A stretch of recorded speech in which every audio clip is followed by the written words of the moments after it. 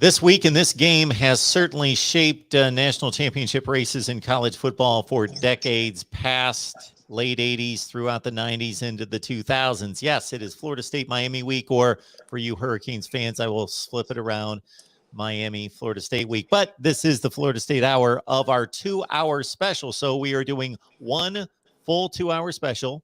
We are currently simulcasting on both the Florida State and the Miami channels. And we will have both contingencies in, starting with this guy, Jason Parker from NBC6. So do I count as both contingencies since I'm a Florida State grad, but I'm working in Miami? How are we doing this? Do I get double pay for this? What are we doing with this? Well, you can get double pay, certainly. Okay, cool. I can promise you double pay. Okay. But I would not think that you would want to be associated with Miami in any such way. Oh, God, no. God, no. All right. Not I was close. Concerned. No, not there for a second. No.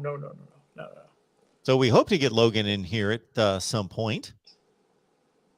Maybe we'll get Cam Underwood a little early. Cam Underwood from State of the U. So I have sent the link. He knows that he can jump in at any time. But at some point, we will bring the forces together between Tallahassee and Coral Gables. It's a little weird because being down here, obviously, Miami being 5-4, us being 3-6 right now, it's a little weird because it doesn't have that same feel as those Miami-Florida State games that you talked about. I mean, where you're talking about a period of, that 20 season period from 83 to 2002, where out of those 20 seasons, Miami and Florida State played for the national title. I want to say it was about 16 times out of those, 15, 16 times out of that, somewhere around there. So it's a little weird to see the teams combining with 10 losses by the time they're playing. But at the same point, it's FSU Miami. It's the game. There's a reason. Miami should, on paper, convincingly beat us, but they're only a 3-point favorite. There's a reason for it. Everyone knows when these teams play, it's going to be the game. It's the rivalry. I could argue it's the greatest rivalry in college football. We could have that discussion because of what it's meant. It's Florida State Miami. They're coming up to our house this week. Bring it on. Okay. Greatest rivalry in college football. I mean, we haven't had much success in that house this season, but let's see what happens this week. 3-point favorite, and that's it. Okay. I can see why that is, because with all due respect to Miami, and let's just be honest, they're on a 3-game winning streak. They're playing very good offensive football right now. Tyler Van Dyke is playing great offensive football as the quarterback since just taking over as the starter. Their defense is suspect, though. Their defense is giving up points. Luckily, their offense is bailing them out on plenty of occasions. And I think the question you have to ask is, are they looking at and saying Florida State is a better offense than Georgia Tech, a Georgia Tech team that put 30 points on them last week? That's where the question comes into play right there. So if you're Florida State, you have to look at that Georgia Tech game and say, okay, Georgia Tech put 30 on them. Georgia Tech's defense gave up 33. Right now, I would argue we're a slightly better team than Georgia Tech. Do we have enough? Yeah, it's a great question because there are certain ways in which you could see where Miami should be a solid favorite, but there are other angles to it. Most notably for me is the way Florida State performed at Clemson 2 weeks ago. And certainly Clemson's challenged offensively, but at Clemson against that defense, which is the best defense in the league, and that game should have been Florida State's. If they perform in that range, they certainly have a really good chance of winning this game. The problem with that comes back is on the flip side of that, and we'll talk about this over the course of at least the next hour with the Florida State section, is the regression. You have to say that Florida State regressed a little bit from that Clemson game this past week against NC State. If this had been reverse the games, if we're playing Miami on the 6th and then NC State, then maybe I would have a little bit more confidence in Florida State. But seeing a regression, obviously, yes, Jordan Travis did not start. He was out with the flu. Mackenzie Milton came in and played admirably. We'll say. But that's where my concern is right now with Florida State. Is Florida State looked like they regressed a little bit against NC State. You're heading into a game not just regressing, but also against, like I said, a Miami team who is finally hot and a Miami team who has hopes. Miami can still win the Coastal Division. They need a Penn loss and a Virginia loss and win out against a very favorable schedule in the month of November for Miami. Miami has everything to play for. Essentially, for Florida State, you have one thing left. You have to win out just to make a bowl game. And So that's what Florida State needs to say is, does Florida State have the heart to say we're going to beat Miami and then beat Boston College in Florida to become bowl eligible? So go back 1 week to the NC State loss, 28-14, as this projects to what could happen in Tallahassee this week. You mentioned Mackenzie Milton. He's not going to start this week, but he, of course, is always one play away. The numbers would suggest he played okay. He played all right, but not great. Didn't push the ball downfield. 233 yards on 22 completions, a 50% passer, 1 touchdown, 1 pick. And my concern to go along with that is, if you're going to have your backup quarterback in, your running game needs to pick up the slack. And our running game for the second straight week, I'll give you against Clemson, like you talked about, Clemson's defense was the best defense we were going to play over the last 5 games of the season. All due respect, sorry Miami, sorry Florida, sorry NC State, Clemson was it. So I'll give you the fact that we got 38 yards against Clemson. But our numbers against NC State were unacceptable if you are going to come out with a win. If the running game shows up, maybe Florida State has a shot there. But you cannot have a backup quarterback and your running game suffering. That's how Florida State has to beat Miami. The one chance Florida State can have to beat Miami is if the running game can pick back up. Because Jordan Travis isn't going to beat him with his arm. He'll play admirably as well, because he's going to start the game. But the running game has to return to where it was the first half of the season. Yeah, there were many weeks we commented on here that Jashaun Corbin should have been receiving the ball more. He was having 10 and 12 carry games with 100+ yards, 8-9 yards per carry in most of these games. But the last 2 weeks, yes. And I've got to look at the offensive line, one of your favorite pet projects there, looking at the offensive line, because I know that Jashaun Corbin didn't forget how to run the ball. So this is the NC State and the Clemson defensive fronts dominating up front. But this is also what we talked about when on October 23rd at about, let's say, between 4 and 5 p.m., everything was going in Florida State's favor. Florida State had just killed UMass, 3-4 on a 3-game winning streak. Our 2 rivals were suffering. By that point, Miami had lost 2 straight games. They were 2-4. Florida had lost to LSU. They had lost to Kentucky in 2 games they could have won. They were about to lose to Georgia. So things were going good for Florida State. And we talked about this, though. The problem with it was at that point, after the UMass game, the UMass and Syracuse were games we were supposed to win. North Carolina was an upset, getting the win on the road. That's fine. But I think there was a little bit of confidence, of cockiness, I think would be the best way to say it, in the fact that everyone thought, okay, everything is finally turned around. No, you're playing Clemson. You're playing NC State. You're playing Miami. You still have that game at Florida at the end of the year. This is the hardest part of our schedule. And right now we're 0-2 in our hardest part of our schedule. This is why you could look back at the start of the season. This is why the Jacksonville State loss was so important. This is why the Louisville loss is so important. If you win one of those 2 games, let's say you beat Jacksonville State like you were supposed to, you're 4-5 at this game right now, and you only need to go 2-1 at the end of the regular season. I like those chances of winning 2 of our final 3 games a lot more than winning our final 3 games. And that's my concern right now, is that we came in way too confident after the UMass game. I'm going to call him out, Logan Robinson. He picked us on NoleGameDay.com to beat Clemson. And I told you guys, Clemson's losses were better than our wins. And that's our problem right now. Now you look at a Miami team, who Miami's lost to a North Carolina team that we beat. They lost to, a Virginia team on a field goal that went off the goalpost. They lost to a Michigan State team who up until last week was an undefeated, top 6 or 7 ranked team in the country. And they lost to Alabama. Their losses, once again, we're playing a team whose losses are better than our wins. And that's the problem right now. If we come in with a cocky attitude like we did against Clemson, Miami is going to dog stomp us in our own house. The only thing I'll say about that, Jason, would be how do we know that Florida State went into the Clemson game with a cocky attitude? They played well, defensively especially, and they had the game in their hands with 4 minutes left. I think you have to look at it from the fact of not so much. I don't think the players came with a cocky attitude. I think the fan base, I think, is the way I'm saying it. The fan base, the people who cover the team, came in with a cocky attitude of saying, "Okay, this has turned around." We had commentators on here after the North Carolina game, after the UMass game, saying we were going to finish the season 8-4, finish everything perfect. Yes, in a perfect world, me as an alumni of the school, I would love Florida State to win their final 3 games, finish the season 6-6. I'm being a realist. We were 3-4 at that point. Would I have loved Florida State to win their last 5 games? Of course.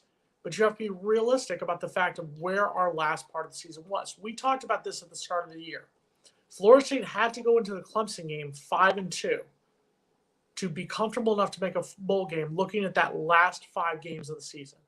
Before the season, Clemson, at Clemson, NC State, Miami at home, at Boston College in the cold of Chestnut Hill, Massachusetts in the middle of November, and then at Florida. Yes, the Florida game looks a little bit easier now, but Florida is still a very talented team. Miami had hopes of being a 10-win team this season. They're not going to get there, but they are still a very good team. Boston College has started to go down a little bit, but they're coming off a big win against Virginia Tech last week, and maybe that's going to help pick them up. Well, they've got their quarterback back. Obviously, Bill and that's going to help them. Right, Yep. And then we have to go to that next week. That's where I'm saying about the overconfidence is people were looking at the moment. People were living in that moment and not looking at the future. And the future right now says Florida State needs to be prepared for a 4th straight losing season. I hate to say that. I don't want to say that. I pray to God I will be inside Bogdan Field. I'll be on the sideline, filming this game on Saturday. I will be repping the Noles inside and praying for a Florida State win. I'm just being realistic that if you're telling me Florida State has to go 3-0 just to become bowl eligible, I don't think they can do it. Yeah, the odds are stacked against them, no question. And if they don't get there, then they may finish. You do the math at 5-7 if they get one of the last 3. Somebody here picked them 5-7. You picked them 5-7. I picked 7-5, but once again, I'm a biased alumni. Ronan Jones is sober enough to donate 10 euros. Thank you very much. Ronan! Isn't it good to have Ronan back? It's good to have Ronan back. It's good to have a typical Cane fan who didn't go to UM. It's good to have their fan base is out here. It's good to see them here. I can't wait to talk to Cam, a Cane supporter who actually went to UM. That's going to be exciting. They're a rarity, so. Well, Ronan, the Super Chat contribution here, we appreciate so much. You know that. Remember in the offseason, James Coleman told us that Tyler Van Dyke would not make Florida State's roster. I don't recall that myself, but gotta love that fan base. Get ready. 5 in a row. Go Canes. And it's a streaky series. Yes, Miami would win their 5th in a row. They'd still have 2 more to catch up to our 7 in a row that we beat them before that, but that's okay. 5 is less than 7. Sorry, it's a little math for Miami fans. 7 is more than 5. I know most of you didn't graduate high school, so just helping you out there. 7 is more than 5. We help here. We help you guys. I have no response to those kind of comments. Obviously, I just mediate all this. Mike, thank you so much for the support there. We appreciate you being here as always. Thank you. Mike got us.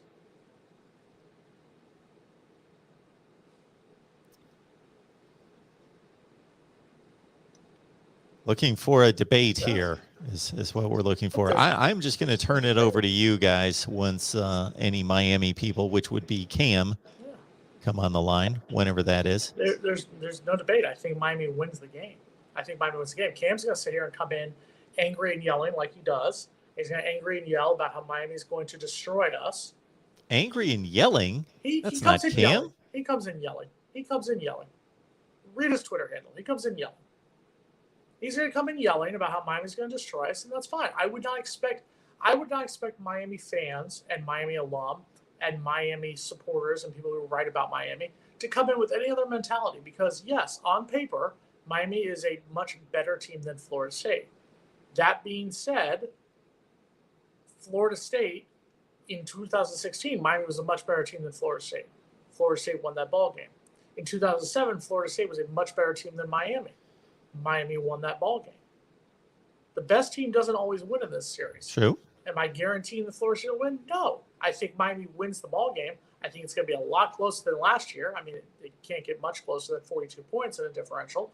But I think it's going to be a lot closer because I think Miami is going to play a little bit down. Coming in, I think they're going to come in a little bit cocky. And I hopefully, in a perfect world, I think Florida State has the potential. I would give Florida State a 30% chance to win.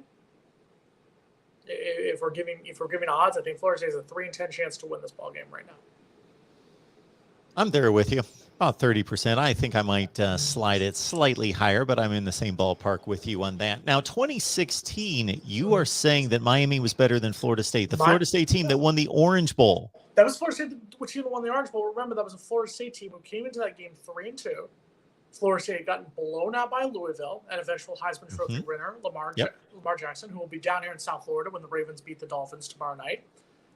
We got beat by North Carolina on a field goal at the end of the game after giving up 37 points to North Carolina. And we had come in struggling. Miami at that time was coming in a ranked team. They were a hot team at that point. They had chances of thoughts of finally making it to the ACC championship game, which they did the following season.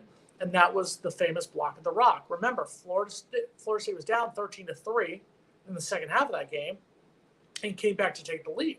So, yes, and it happened in 2007. We were the better team, and we got beat by Kirby Freeman at quarterback. Kirby Freeman was the quarterback for the University of Miami, and he beat us. So this series is all about that rivalry. It's all about who wants it more. Does Florida State want it more? Florida State knows what's there. We're talking about here, it's been talked about by us, by national media outlets, by media outlets in Tallahassee, media outlets all over the state. Florida State knows what's there. Does Florida State want it more than Miami? Is Miami going to come in confident and cocky because they have an easier schedule the last 3 weeks of the season? Who wants it more? Casey Owens is asking, is the duo of Jermaine Johnson and Kiera Thomas the best DN duo Tyler Van Dyke has faced? So Tyler Van Dyke has only played about 4 games. I believe his first game was against Virginia. No, he actually played 6 games because he actually started their game against Central Connecticut State. Okay, toss them out, obviously. That powerhouse, Central Connecticut State. But he's played 6 games this season. Okay. I would say yes, probably out of this group, out of those 6 games, like you said, Central Connecticut State, Virginia, North Carolina, NC State, and Pitt, and Georgia Tech. I apologize, were the 6 games right there. Now, NC State and Pitt's defensive fronts are formidable. NC State, though, had an injured front. We talked about this last week heading into our game. They had been dealing with some injuries before that game. They had lost a couple players during that game. I'd probably say Pitt was the closest, but if you're saying 1-2, I'd probably say Kier Thomas and Jermaine Johnson are the best. That being said, is our secondary the worst he's going to face? That's debatable. We're getting a nice welcome here from Street Value. Okay. What the hell is this? Okay. What this is we do a Florida State show every Wednesday. We do a Miami show every Wednesday, and they run back to back. Well, of course, it's Florida State Miami week. So we've combined the 2 shows into a full 2-hour special that we are simulcasting on both channels. So Florida State fans, rejoice, and Miami fans that have joined us early, rejoice. Just be here and enjoy the conversation. Guys, we can all unite in hating the University of Florida. Can we all unite on that for a moment? No one's going to unite on hating the Gators. Come on, they beat Ohio State for a national title. You should do that. Come on. The closer. Yeah, I've had my issues with the University of Florida in the past. Yes, that was. Georgia Tech did get 30 points because of fumbles. Yeah, I'm not saying they got all 30 points, obviously. Because I don't think they. But they got. There were three fumbles in the game. Yeah, they had 2 for scores, and then they got a 2-point conversion and they returned back. That's fine. Miami should not be giving up turnovers like that to Georgia Tech. Miami is a much better team than Georgia Tech. Yes, we thank you, Mike Jacks 1212. We got it. Thank you, guys. I was at the game. I know. I saw it. You shouldn't be giving up 3 fumbles versus Georgia Tech. That's the problem.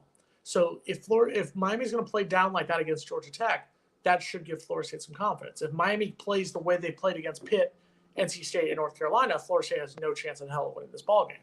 So it's a question of which Miami team is going to show up. I will say that the two players that were just mentioned, and we discussed Kiera Thomas and Jermaine Johnson, play a huge role in this game because Tyler Van Dyke, as you well know, having watched him last week in particular in person, is carving up defense. He's just playing without a conscience right now, just letting her fly.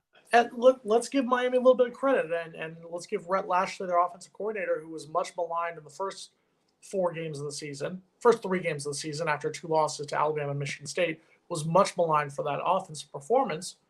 He has modified that offense around Tyler Van Dyke. And he has taken Tyler Van Dyke's skill and Tyler Van Dyke's talents and put it on that field to where Miami is capitalizing off of it. And so that's where, if Miami can play the way they have played against Pitt and NC State, they are going to come out and dominate us. I just said that before. I'm going to say it again. But that's going to be the question right here. Can Florida State get pressure on Tyler Van Dyke? Remember, their running game, they're down to what? Their 3rd running back, Jalen Knighton. I mean, you lost Cameron Harris. You lost Don Chaney, both of them to season-ending injuries. You've got Knighton. He's done okay. But he is the one running back right now consistently in that backfield. If you have to make Tyler Van Dyke a one-trick pony and completely shut down the running game, you have a shot. Now, if Tyler Van Dyke is going to throw for 380 yards or more, you have no shot. So that's going to be the question right here. Georgia Ron believes that the last 2 Florida State hirings have been bad hires. So obviously that's not Jimbo Fisher. That's Taggart and Norvell. And he's just kind of tired of the state of the program right now. And that's Georgia Ron. And that's the problem with a lot of the fan base right now is obviously not wanting to blame Jimbo for leaving it a dumpster fire. Yes, Willie Taggart was not the right coach for the job. Yes, Mike Norvell so far, things could turn around, but right now has not shown that he is the coach for the job. Jimbo won the national title, and then after that, there is a slow downhill slide, and the 2017 Seminoles were a dumpster fire. He left that team with a losing record. He was 5-6 when he left that team. I'm not hating on him because he was a very good coach, but the facts are that he left the team at 5-6, and Odell Higgins had to save the winning record, the record streak. That's just facts. Odell Higgins should have been the head coach. No? Permanently? No, I'm just kidding. No, Odell Higgins should not have been the head coach. I love Odell, but no, he should not have been the head coach. Now, of course, we went through, this show was in progress. We went through the transition from Willie Taggart and then Mike Norvell being hired. I don't recall. I know that Bob Stoops was thrown out there as one potential hire. You know, was there a viable candidate, a reasonable candidate that you really believe that this program should have pursued? I never believed for a second that it was going to be Bob Stoops. I know there was a slight moment where I think the name Urban Meyer was floated around. There was never a chance Urban Meyer was going to come in. Florida State in 2019, after they fired Willie Taggart after 21 games, was a lot in the same position that Miami is with Manny Diaz. Now, Manny Diaz has saved his job. He's done a 3-game winning streak like we've talked about. They're still in the coastal discussion. He's going to stick around for next season. That's fine. And barring a major letdown where they lose these final 3 games to us, Duke, and Virginia Tech, barring that, Manny Diaz will be around next season. Miami doesn't have the money to go out and find someone. They don't have the money to pay a big-name coach. They got Manny to come back from Temple on the hometown discount because he's a Miami native, Florida State graduate, by the way. Just remember that, Miami fans. Came back on the hometown discount as a defensive coordinator.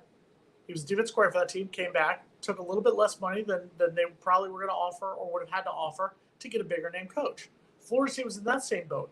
If you're going to fire Willie Taggart after 21 games, then this is where you're at. Yes, and this is something right here. Thank you very much for that one. It is the first game without Bowden or Schnellenberger, both of them passing away within the last 8 months. So that's going to be a big one. And Coach Diaz has talked about that in the past, what Coach Bowden meant to him, There's been plenty of talk about what Coach Schnellenberger meant for the Miami program. I hope Florida State does something to honor both of them before the game. That would be a very good gesture to both programs, because without both of those coaches, neither program is anything what they were. Santosh, thank you so much for that reminder. And that's a tremendous note, as Jason just outlined. Yes, Howard Schnellenberger, of course, came to Miami when it was nothing. Bobby Bowden did the same thing. Obviously, Bobby stuck around and built his entire legacy there at Florida State and national championship contention year after year after year for 15 consecutive years. And the whole deal, where Schnellenberger obviously opted to move his career on and take that USFL job. But what he forged, what he founded, obviously has lasted and propelled that program that was on the brink of disaster, extinction. Yes. The mighty Lou Saban, who nearly brought down that Miami program. Shout out to Lou Saban for that one. So we appreciate everybody being here. And once again, it's Florida State, Miami, Florida State week, rivalry week here at the Voice of College Football. So we've combined the shows. We're on here for 2 straight hours. We got Jason here. We're waiting. Logan Robinson from Knoll Game Day. Logan, where are you? And later, Cam Underwood, State of the U. Logan, I think, is a little bit afraid. I'm going to call you out, Logan. If you're listening, you're going to calm down. See, Alex, thank you for your money. But see, this is dumb Miami fans right here. This is a typical Miami fan who you can tell has never stepped foot on the campus of the University of Miami. Yes, Miami's going to win the game. You're not going to win 63. You don't know that. I know that 100%. You don't know that. If your picture is the turnover chain, you have not stepped foot on the University of Miami campus. You don't know that. They don't play on the campus, so I guarantee you, he's not stepped foot on the campus. I've stepped foot on that campus more than most of these Miami fans here. So I don't have anything to back this up, but I think based on interaction with the Miami fans and all college football fans, and then just perceiving what we perceive as being in, Jason and I in the sports industry for our entire careers, that the Miami fan base is more national than most fan bases. There was a certain draw to Miami football at various times between the early 80s and the early 2000s that drew a lot of people that didn't have a football team or just gravitated to the swag and everything that Miami brought. It was in the 80s and the early 90s when they had that dominant era. It was the sexy team. It was the sexy team with the swag. It was the sexy team to come out and play for. Yes, Pittsburgh won on Monday night, for those of you who couldn't pay attention. That's why he's wearing a shirt, because the Steelers finally won a game. It was a little snug, though. It was a little snug. They love to do that. Anyway. They love to make it interesting for the ratings. But both Miami at that time was that swag team 100%. But it's also a fact of most of their fans. It's a school that is a very expensive school. There's a reason I accepted. There's a reason I didn't go, because it was about 5 times as much as Florida State, just being honest with you. And their fans, it's a city thing. It's you root for the Miami Hurricanes because you're from the city of Miami, unless you have ties to somewhere else. My parents went to Florida State. I grew up a Florida State fan. Most of their fans are like, I grew up going to go to Florida State. I'm a Florida State fan. I'm also going to go to Florida State. A lot of Gator fans are, I'm a Gator fan. I'm going to go to the University of Florida. A lot of Miami fans are, I'm a Miami Hurricanes fan. I can't afford the University of Miami, so I'm going to have to go somewhere else. That's not a knock. That's just a fact. Miami's nearly $60,000 to go to school now. Unless you've got $60,000 a year to pay for the University of Miami, you're going to end up at FIU or FSU or UF. So their fans. All right. That's a fact. We got Logan Robinson here from Knoll Game Day. Welcome. Logan, what's going on, man? Finally. I give Jason a shirt and he doesn't show up the next week, and then I don't show up. It's just like, what is happening? Well, it is wildness. It's Miami week. Then we got a basketball game tonight. I'm trying to figure out the schedule. I'm close to losing it. I can't wait till school is over. But notice he doesn't say at what school. We've got a super chat coming in from Alex. We read all super chats. He doesn't say what school he's at. He says, I'm a junior majoring in pre-law. My guy, Kane's going to win the next 10 against Florida State. Okay. See, so obviously Alex is drunk. That's fine. He also doesn't say that he's at the University of Miami. He could be in FIU. It could be at Nova. It could be at Barry. Plenty of schools down here in South Florida. Well, Alex, thank you so much for the super chat. We appreciate that. Let's get back into the football and not arguing who's graduated from where. Logan, your assessment of NC State, obviously Mackenzie Milton had to be pressed into action. We're not going to see him. And when I say hopefully, that's nothing against Mackenzie Milton. We mean Jordan Travis is the starter and should be the starter. He has earned that right, and he should be back in there starting. Milton had to throw it 44 times against NC State. We are concerned, Logan. Jason and I have talked about this now for 2 consecutive weeks with the run game against Clemson and then non-existent against NC State. Defend your offensive line here. This should be good. Defending offensive line that's been hurt since the second week. This has to do a lot too with play calling. I mean, last week was atrocious. It goes to show with having Mackenzie Milton in there, there's no efficiency on offense. It's putrid, and it doesn't work that well. And still kind of running an offense based around Jordan Travis and having Mackenzie Milton just take that role was what happened. And I don't think there was good game planning for this against NC State. Florida State still in the last 2 games has not been able to reach in a total, not just in each game one-on-one, but a total of 100 yards rushing, which is just terrible to think of compared to what you had earlier in the season with Trayshawn Ward going off along with Deshaun Corbin doing his thing and even DJ Williams getting into the mix. That can't happen. That's got to stop. And, I think the offensive line, you didn't have Dylan Gibbons last week, but other than that, you should be able to fulfill at least one depth role there. And, Bavion Johnson, if he's a full go this week, but, just overall, the offense has been not so great. They've also faced really good defenses. I mean, NC State's rushing defense was better than Clemson's.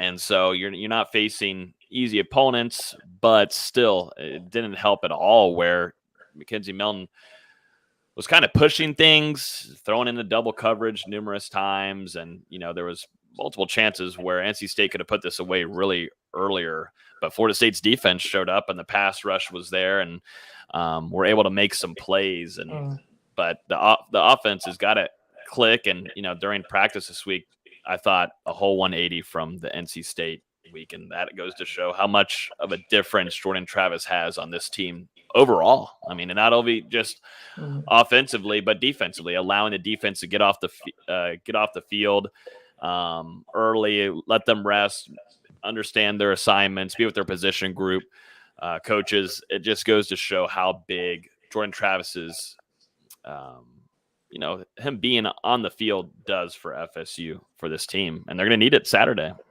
We talked a little bit about this before you signed on. You said they're having a good week of practice, and obviously, Mike Norvell said that they've had a better practice over the last couple of days. Where is the concern?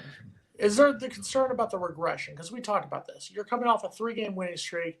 You have a shot to beat Clemson. You're looking good against Clemson, and I feel like they regressed against NC State. They went back to playing the way they did in the first 4 games of the season. Is there any concern that the regression could get worse against a good Miami team? I don't think there's regression happening. I think, like I said, a lot of guys dealing with the flu last week, about 20 to 25 that dealt with it all week. Some of them not practicing. We got to see that in person. I mean, I looked at our guy Noah and was like, not a lot of guys out here this week, and sure enough, guys were having the flu, and I was questioning, man, that must have been a brutal game against Clemson. Guys out, dinged up, not even able to make it a practice, but then got to learn a little bit later on that had to do with the sickness going around campus, the flu frenzy going absolutely insane right now in Tallahassee. I am fine. I've been making sure to stay isolated from the bars. That's hard to do. I can't say it'll be the same on Friday night for Miami weekend, but they were still dinged up too from the Clemson game, along with going through the flu and going into the NC State game. It just all added up together to just where I predicted that to be in loss. And so now, Florida State has got to hit a whole 180 this upcoming weekend. And guys, I'll say it, Florida State looks about as healthy as they've been since heading into that Clemson game, which is an optimistic thing to have. Logan, he's finally here. He's here from right down the road from me here in South Florida in Broward County. Oh, that's right. You do live in Fort Lauderdale. I do. I live there. Pembroke Pines. Don't come on now. Pembroke Pines. Well, What the do you mean Fort Lauderdale, finally? Not the finally greater here. area. The greater area, but Okay. I rep Pines. Mark, take it away. Cam has been gracious enough to join us early because I let him know last week, hey, we're going to do a 2-hour blowout special. Miami, Florida State, Miami, whichever fan base you are. Of course, you put your team first. It is rivalry week, and we're going to do a 2-hour simulcast on both channels. And I said, Cam, I'm going to send you the link. You come on whenever you'd like. And it's great to have you, Cam, 15, 20 minutes before your regularly scheduled hour of Miami football talk. So you boys take it away, because this is when I enjoy kicking back and listening to you guys size up the matchups, the rivalry, everything involved. Mark, go make your dinner. We got this. We got this for the next few minutes. Absolutely. We'll Like, before we get started, I appreciate seeing you guys. I was trying to be on a couple minutes earlier. I did have to talk to my boss from the secret day job, which is what pushed me past my 6:30 intended time. But hey, it's Miami, Florida State. With obviously the good team in front, Miami at that. So yeah, rivalry week. We're here. Yeah, shake your head all you want to, bro. Right off the top. Well, you thought I was going to wait? See, you're talking to Cam Underwood. You're not talking to Manny Diaz. I'm not going to wait until the second quarter when it's 17-10 and then come on the. No, I hit first and ask questions later. Okay, let's get it. Well, let's talk about Miami for a second, because this is right now we're seeing a much different Miami team than we saw 3 games ago. 3 games ago, this was a Miami team that was in a crisis mode. What has been the difference? Obviously, we talked about it a little before. Tyler Van Dyke has been playing out of his mind at quarterback. But what is the difference of the team as a whole? Is it a team mindset, or is it really just Tyler Van Dyke is just the key to everything? Tyler Van Dyke is the Pied Piper. And as he goes, everyone follows. And the first couple of games, understandably so, Rhett Lashley was a little conservative in his play calls and things like that. And, if you read the recruiting notebooks that I write and things like this on State of the U, when we got Tyler Van Dyke, I wrote about him and had Roman Marcianti, who was our quarterback guy. I had him do another evaluation as well and taken from other people. But the first throw on his junior highlights, he throws it 68 yards on a dime with basically just flipping his hips and no step. So there was no crow hop, no wind up. He's just there in the pocket, bang, and that ball goes. So I'm like, why are you afraid to have this guy throw down the field when he clearly has a cannon for a right arm? He has a much stronger arm than Derek King does. Derek King did a lot of things. He was able to, eventually scheme some guys open and go down the field. But Tyler Van Dyke has a howitzer. So you call a couple different things, because you're not going to throw smash routes really with Derek King. You're going to throw timing kind of things, and that's more of a read where I might read it and then need that arm strength to get there. And the smash route is the thing that Tyler Van Dyke sees and knows and loves more than anything. The high-low combo, the number 2 receiver runs a flag, the number 1 receiver either runs the Z out or the stop or whatever you want to call it. But I want to say of the 10 touchdowns that he's thrown in the last 3 weeks, or the 11 touchdowns total in the last 4 or 5 of those have come on smash routes, including the first touchdown to Mike Harley over the defender's shoulder last week. So you're calling different kind of concepts to go with what the quarterback does really well.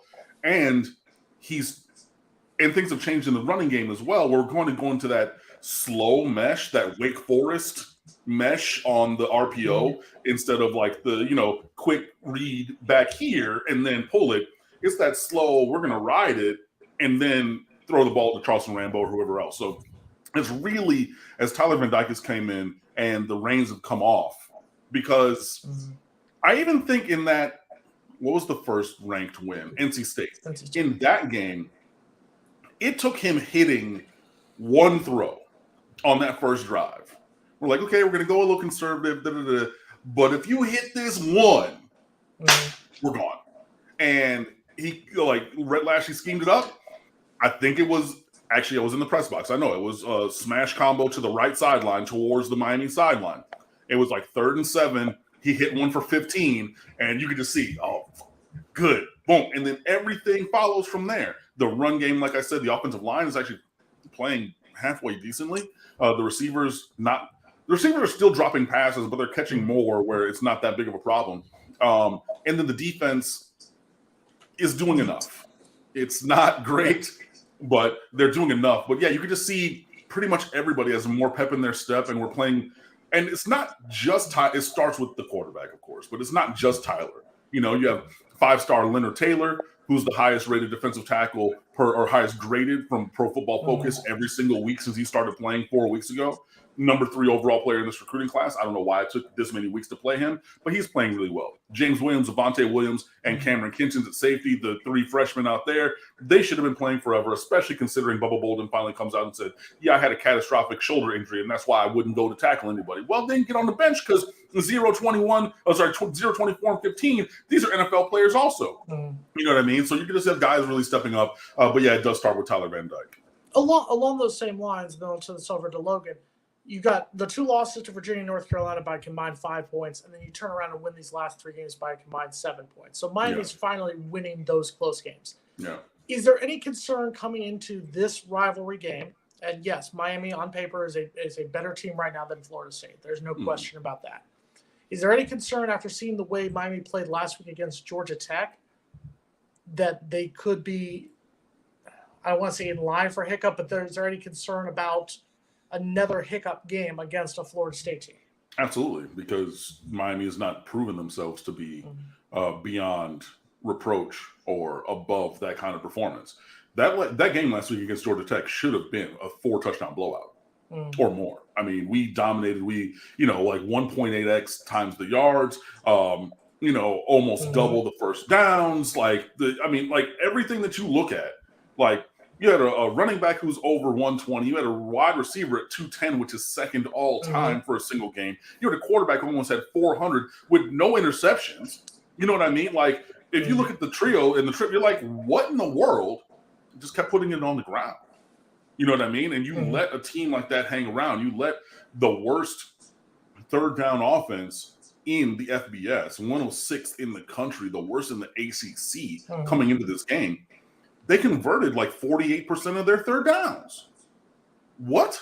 You know what I mean? Like, so it's not only Miami's failing on offense, but also on defense by letting Georgia Tech do something at 150% the efficacy that they had done previously this season.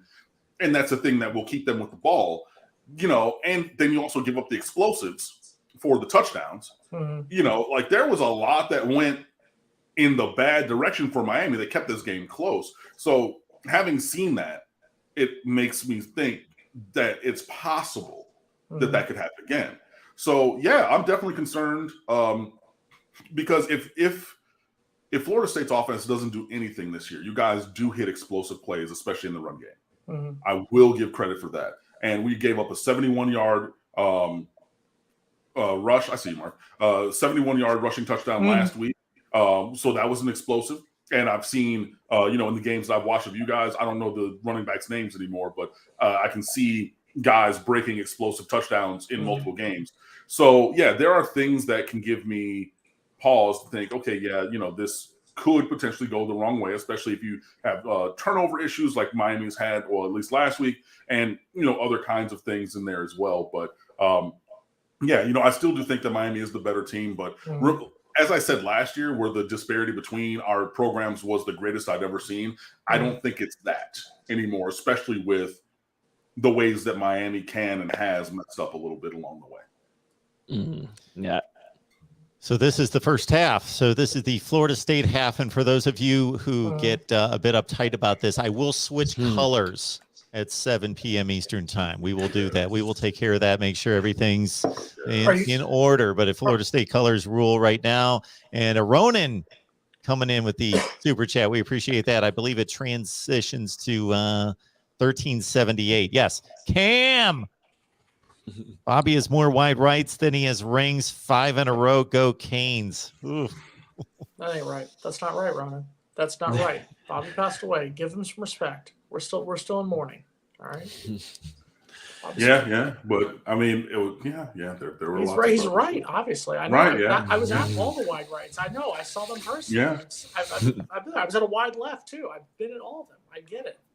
No, I've only seen a wide right and a wide left. The other ones were when I was a young child, still in Detroit. So. I have the unfortunate of being at every single one of them, and Oh my God, it was not fun. Woo. They were not fun. Torment. Yes. That wide left, I will say, that one. I mean, we partied hard from the student section because that was 02. So that was my junior year then. And yeah, it was like you guys walked down the field to set that up, and Bethia hadn't missed anything all year. We're just like, hey man, this might not be good. And he's like, I'm not going to kick it wide right. No. And to his credit, he did not. But you also remember we had a 27-14 lead at that point in the fourth quarter, and then all of a sudden you guys came back in the fourth quarter and had the fourth quarter. Nothing, so. Yeah, that was Willis McGahee screen pass up the sideline year. Yeah, that was. And then my boy Jason Geathers, randomly, my favorite Hurricanes player ever. I don't know why. Like it's not like he was incredible. When I first came to campus, I thought that he was the best thing since sliced bread. Just did, and it was like, hey, this guy wearing number 3 is going to be all that in a bag of chips. That was okay. Hey, was wrong about that. But yeah, but he scored the touchdown after the screen pass and whatnot. So yeah. It was a good time. So Cam, let's talk about the rivalry for a second. We've talked about the game. We've talked back and forth. Let's talk about the rivalry. In your time, and you can just use your time as a student or your time growing up, your favorite Miami-Florida State game. But I'm going to do it like this way. I want your favorite Miami-Florida State game that Miami won, and I want what you think was the best Miami-Florida State game that Florida State won. My favorite. I'll do both. My favorite is 2000. That was my freshman year. That was my indoctrination into this rivalry. Again, for those who are watching on the Florida State channel, long story short, I'm from Detroit, grew up as a Michigan fan. I didn't get into Miami, Florida State until I went to Miami as a freshman. I'd seen the baseball team and the football team every once in a while, whatever. I was not a diehard Miami fan growing up. I was not. I grew up in Michigan. It happens like that. But my freshman year, that was the one that really got me into this rivalry and everything. And I wrote about it in a piece years ago on State of the U, why I became a Miami Hurricane. We did that coordinated content across the summer. So you can read all this. But basically, I was there. I'm a music major, was a professional musician and things like that. So I'm like, okay, cool. Yeah, And this is back in the Orange Bowl days when they had the Florida State band up in the last full section at the upper deck. And we were hype. I didn't even get into the student section because the student section was closed by the time I got there. Had to kind of finagle my way into the game at all. Worked my way. I was sitting around the 50-yard line with a father and a son from Dallas who were plying me and my good buddy, Lewis, shout out to Lewis Bird, with beers all day long because I was 19 years old or whatever. I couldn't even drink. He's like, here, just take these. And we're all raucous and everything. And the whole Orange Bowl is going crazy.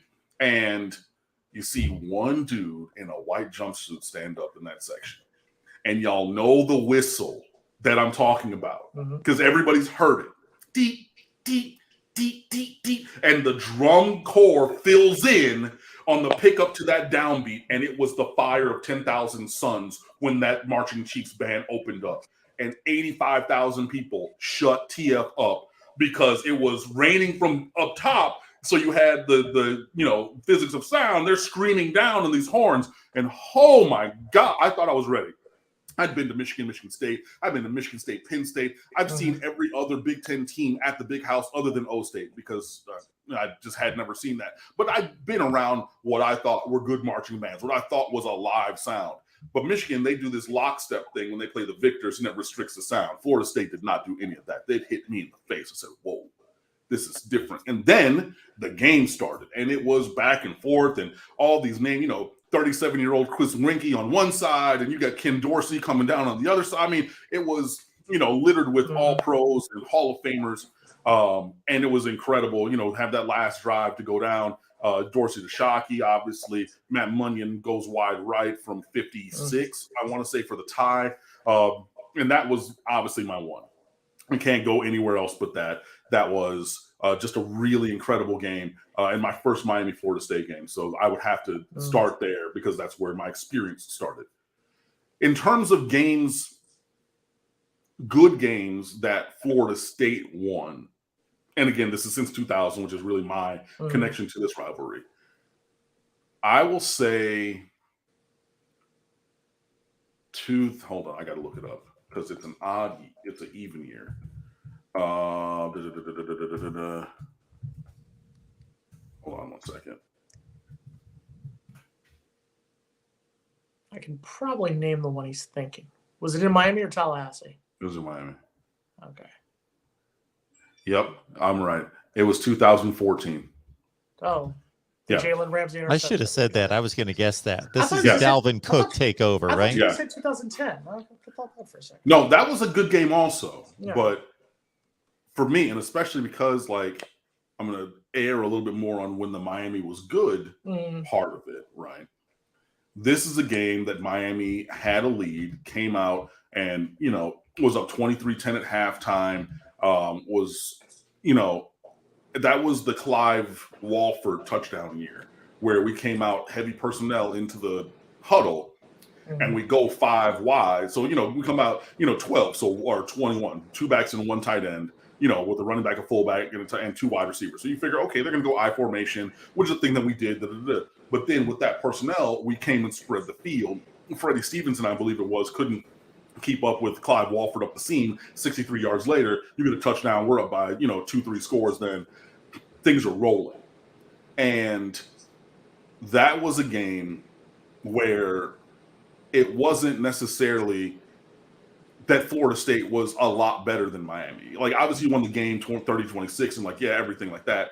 But it was really the mentality that, as Seminoles, we're not going to lose to the Hurricanes, regardless of what that scoreboard says right now. Period. And that's why I said for all these years of the streak, we didn't have to just beat Florida State once. We had to beat them twice. You had to beat them on the field, and then you had to kill that mentality that regardless of the situation, we can come back against Miami because in 2010, 2012, 2014, they had overcome whatever the situation was. Like, insert situation here, we're going to come back and win because we're Florida State, they're Miami. That's how it works. And this is a year where, to that point, we had beaten the team, or were beating the team. And then the mentality kicked in the second half, just like, we're not going to lose to Miami.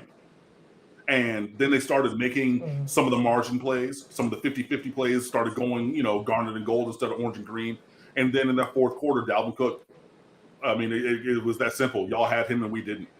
Like, it was, it did not matter if it was inside run, outside run, toss, zone, man, whatever it was. There were guys in position to make plays. He's still running.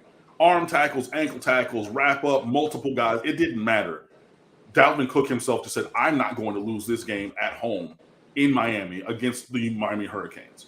And it sucked because coming out in the third quarter, especially, Miami went very conservative. And if you remember the previous year when Miami beat Florida, that was one of the worst Florida teams we'd ever seen. And Miami went up in that game and went Operation Shutdown, park the bus. We're going to do nothing to really, affect the game either way. We're going to be really conservative with it. We're just going to shut down, run this clock to the end, and hopefully get out with a victory. And we tried to do that against Florida State, and y'all were like, that's too easy. Like, yeah, that's too easy. Like, you got to keep going. And we threw one vertical route to Stacey Coley in the second half, and it was up the Florida State sideline. I think it was like a 30 or 40-yard pass. It was down to the 15 or 20-yard line, and it was one of those that's going to be complete or out of bounds, and it ended up being out of bounds. But that was the singular play that was really any kind of push. You know what I mean?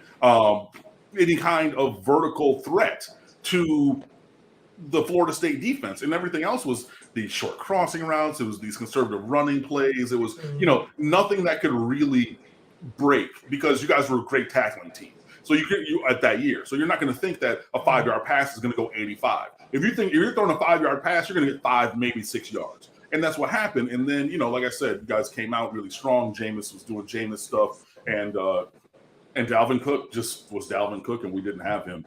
So I would say that with a close runner up to 2010 would be the best games of my experience with Miami, Florida State that Florida State ended up winning.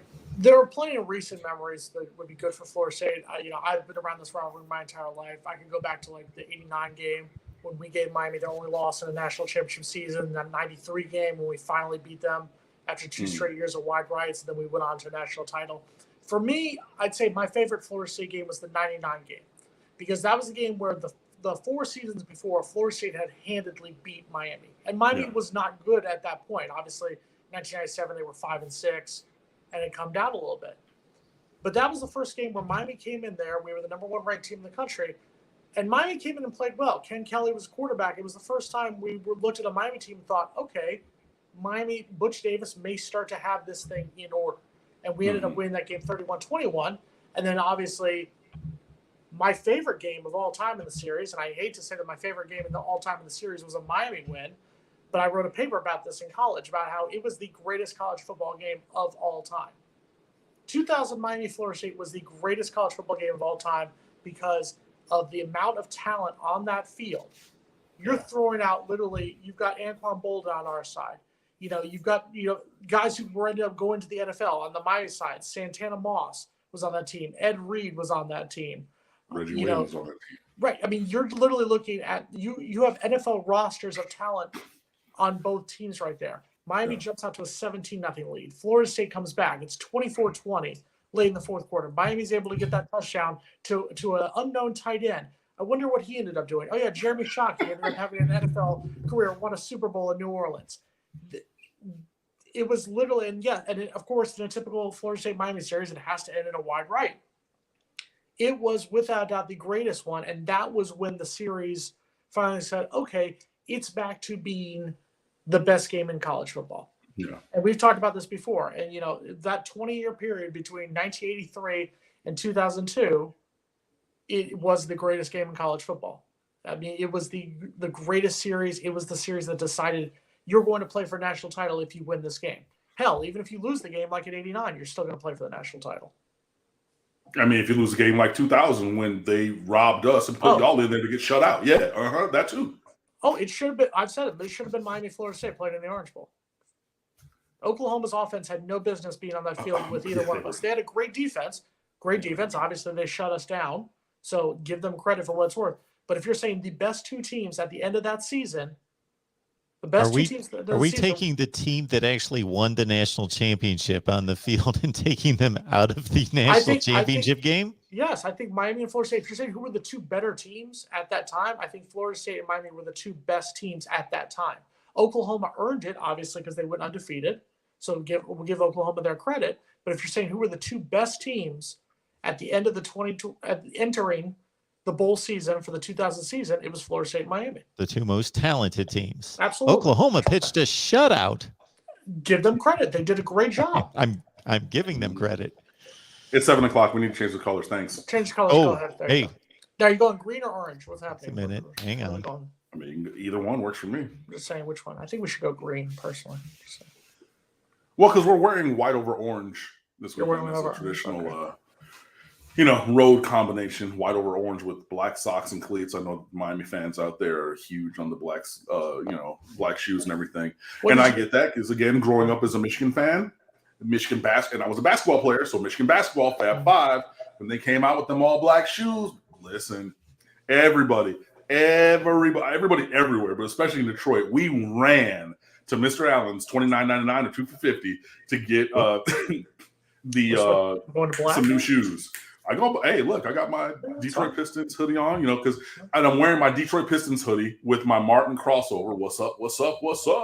There you go. Because this is the one time the year this season that we're going to be on national television on ESPN. So I know that this is Miami, Florida State Wednesday night and everything. Yeah. But also, I'm still from the D, represent the 313 of my Pistons. So doing a little crossover. Logan, you're the youngest one out of the group. Yes, we need to hear from Logan. Logan, what is your favorite game in the series history?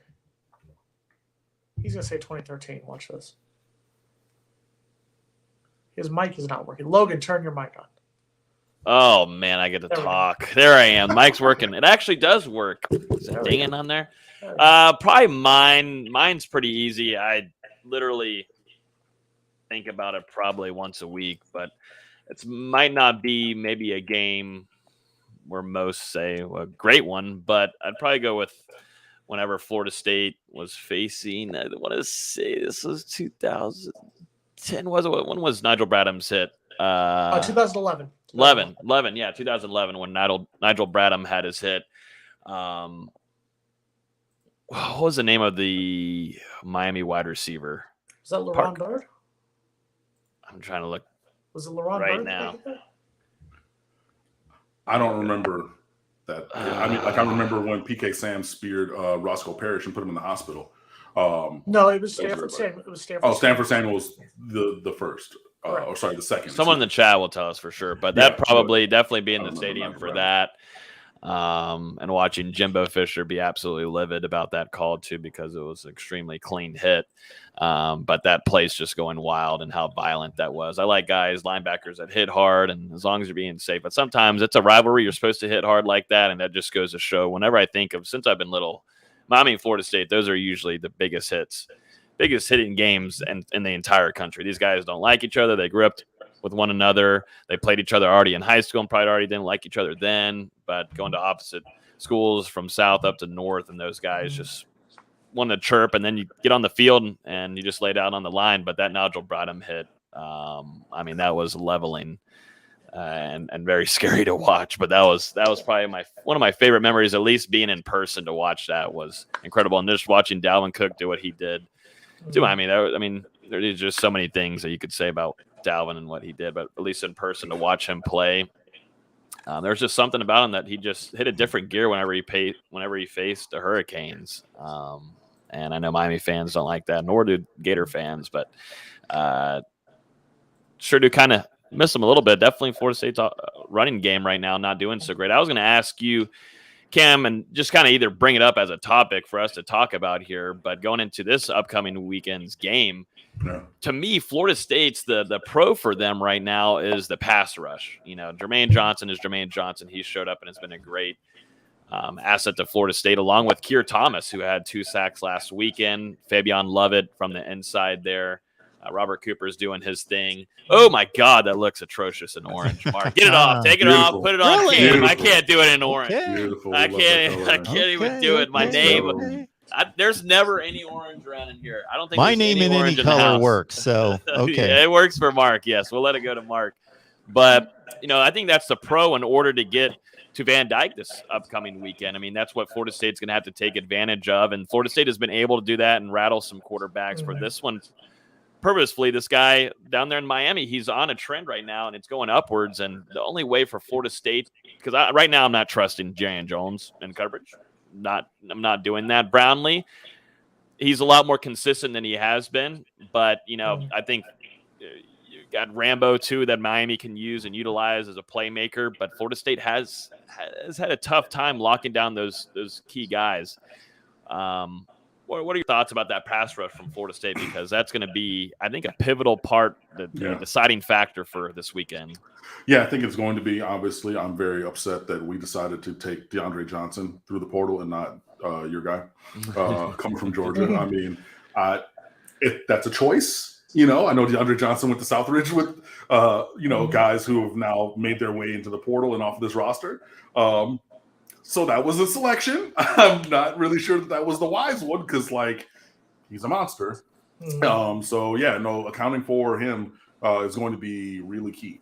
Keir Thomas from Miami Central, another, you know, guy like you're talking about who, you know, everybody knows because he played with a bunch of guys on both sides of this rivalry from the inside, you know, just not letting Robert Cooper run over guys just because he's massive. Now we need Navon Donaldson, who is massiver, to really use his physicality in the kind of way where he can stand up to a Robert Cooper because, you know, he's 6'6", 350, you know, so even as big as Robert Cooper is, like, Navon Donaldson's bigger. So I need you to actually leverage that size and make it come alive on the field because we're going to need that. Like, that's why we have a guy your size to combat somebody Cooper's size. You know what I mean? Like, this is what you're here for. So I need you to rediscover the form from your freshman All-American season, Navon, and stand up and step up. Now, with Corey Gaynor out, we've moved Ja'Kai Clark off of a red shirt, basically, but put him at center.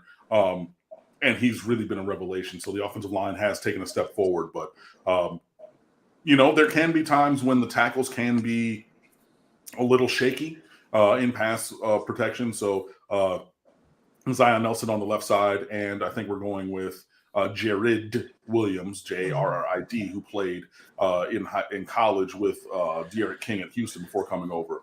Those are your bookend tackles. So you just got to really be sure that they are really in tune with their technique.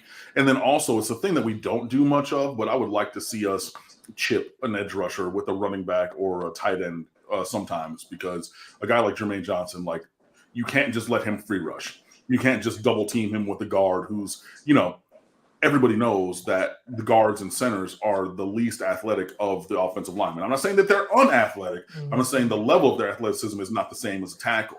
So if you're relying on that guy to get out there and he might be 2 inches too short and a half step too slow to get there and make that double team, now you're leaving him one-on-one, and we don't need that. So I would like to see us chip a little bit more. But also, Miami is getting the ball out of Tyler Van Dyke's hands very quickly on a lot of these passes. I would like to see maybe a couple more mesh routes if you guys want to run man-to-man. And then we also have, the now screen and the bubble screens where we, extend the game horizontally to try to, get a crease to get a guy to then, make a guy miss and get vertical. So some of those things with getting the ball out of his hand quickly will also hopefully temper the pass rush enough for Miami's offense to be, to work.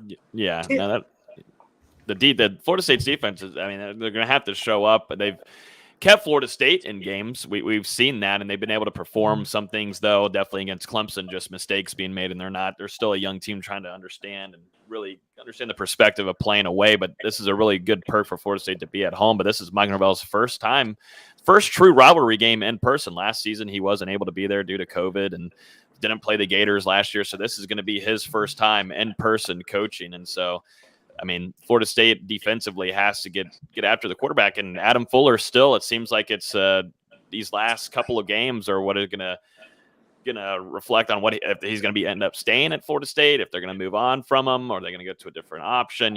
So this is definitely big time one, and they're gonna have to not only defensive ends like Kier and Jermaine Johnson, but Florida State's DBs has to play one of their best games this upcoming game. And I think they know that, but still, it's just so much inconsistency.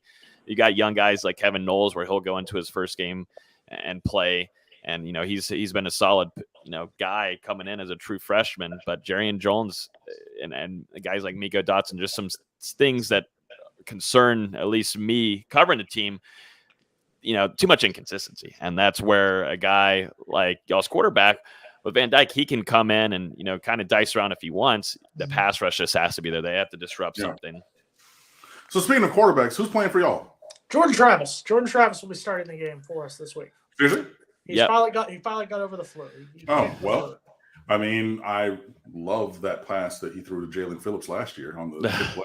I disagree. See, now you disagree on that one. He was rolling to his right. He was showing his athleticism, the arm strength, the accuracy of that throw. Look, if you need a teaching tape for how to play quarterback, that's the play that you're going to dial up. And if we can see more of that from him, look, I know he plays on another team, so really pushing the performance of another player is usually not what I do, but Jordan Travis had one of the best plays I've ever seen in that game last year, and he can do that again and again this year. And hey, I would just have to live with that. It was almost as good as that Scott Covington into the goalpost in '97. almost as good as that one. It wasn't quite the accuracy. Almost as good as that one. Accuracy was close. I'm going to give you this one, Cam. A question for you. Obviously, being down here a few weeks ago, there was a lot of heat on your coach, Manny Diaz. I'll stop you right there. It was so much that I started writing a hot seat heat check every week. Oh, you did? No. Literally. For those who might not know that, that's how hot it was that I started creating new content regarding the heat of his seat. But go ahead. I wrote on NBCMiami.com several things talking about how this man was a hot seat, and how the fact was, it seems like, and you can obviously, you're closer to the program and whatnot.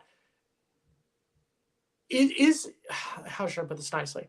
If Miami wins out, let's say Miami wins out but doesn't make the ACC championship game, finishes the regular season 8-4, is he in a good place for the future? Obviously, right now he's in a good spot where he's not, barring an epic collapse to end the season, he's not going to lose his job right now. Yeah. Have the last 3 games firmly gotten you kind of maybe a little bit more towards being on Manny's side, or are you still on the Manny hot seat? Oh, Great question. We'll bring this back up again. I checked out on Manny Diaz in the fourth quarter of the Michigan State game. Fully. I'm done. I'm counting down the days. I have the draft written for when we go in a different direction at head coach. That day was the day, and that game was the game, especially post-game when Mel Taylor Tucker in his press conference said, we basically saw that they were soft. Our goal was to drag them into the deep in the ocean and drown them because we're Spartans and they're not, and they can't handle that pressure.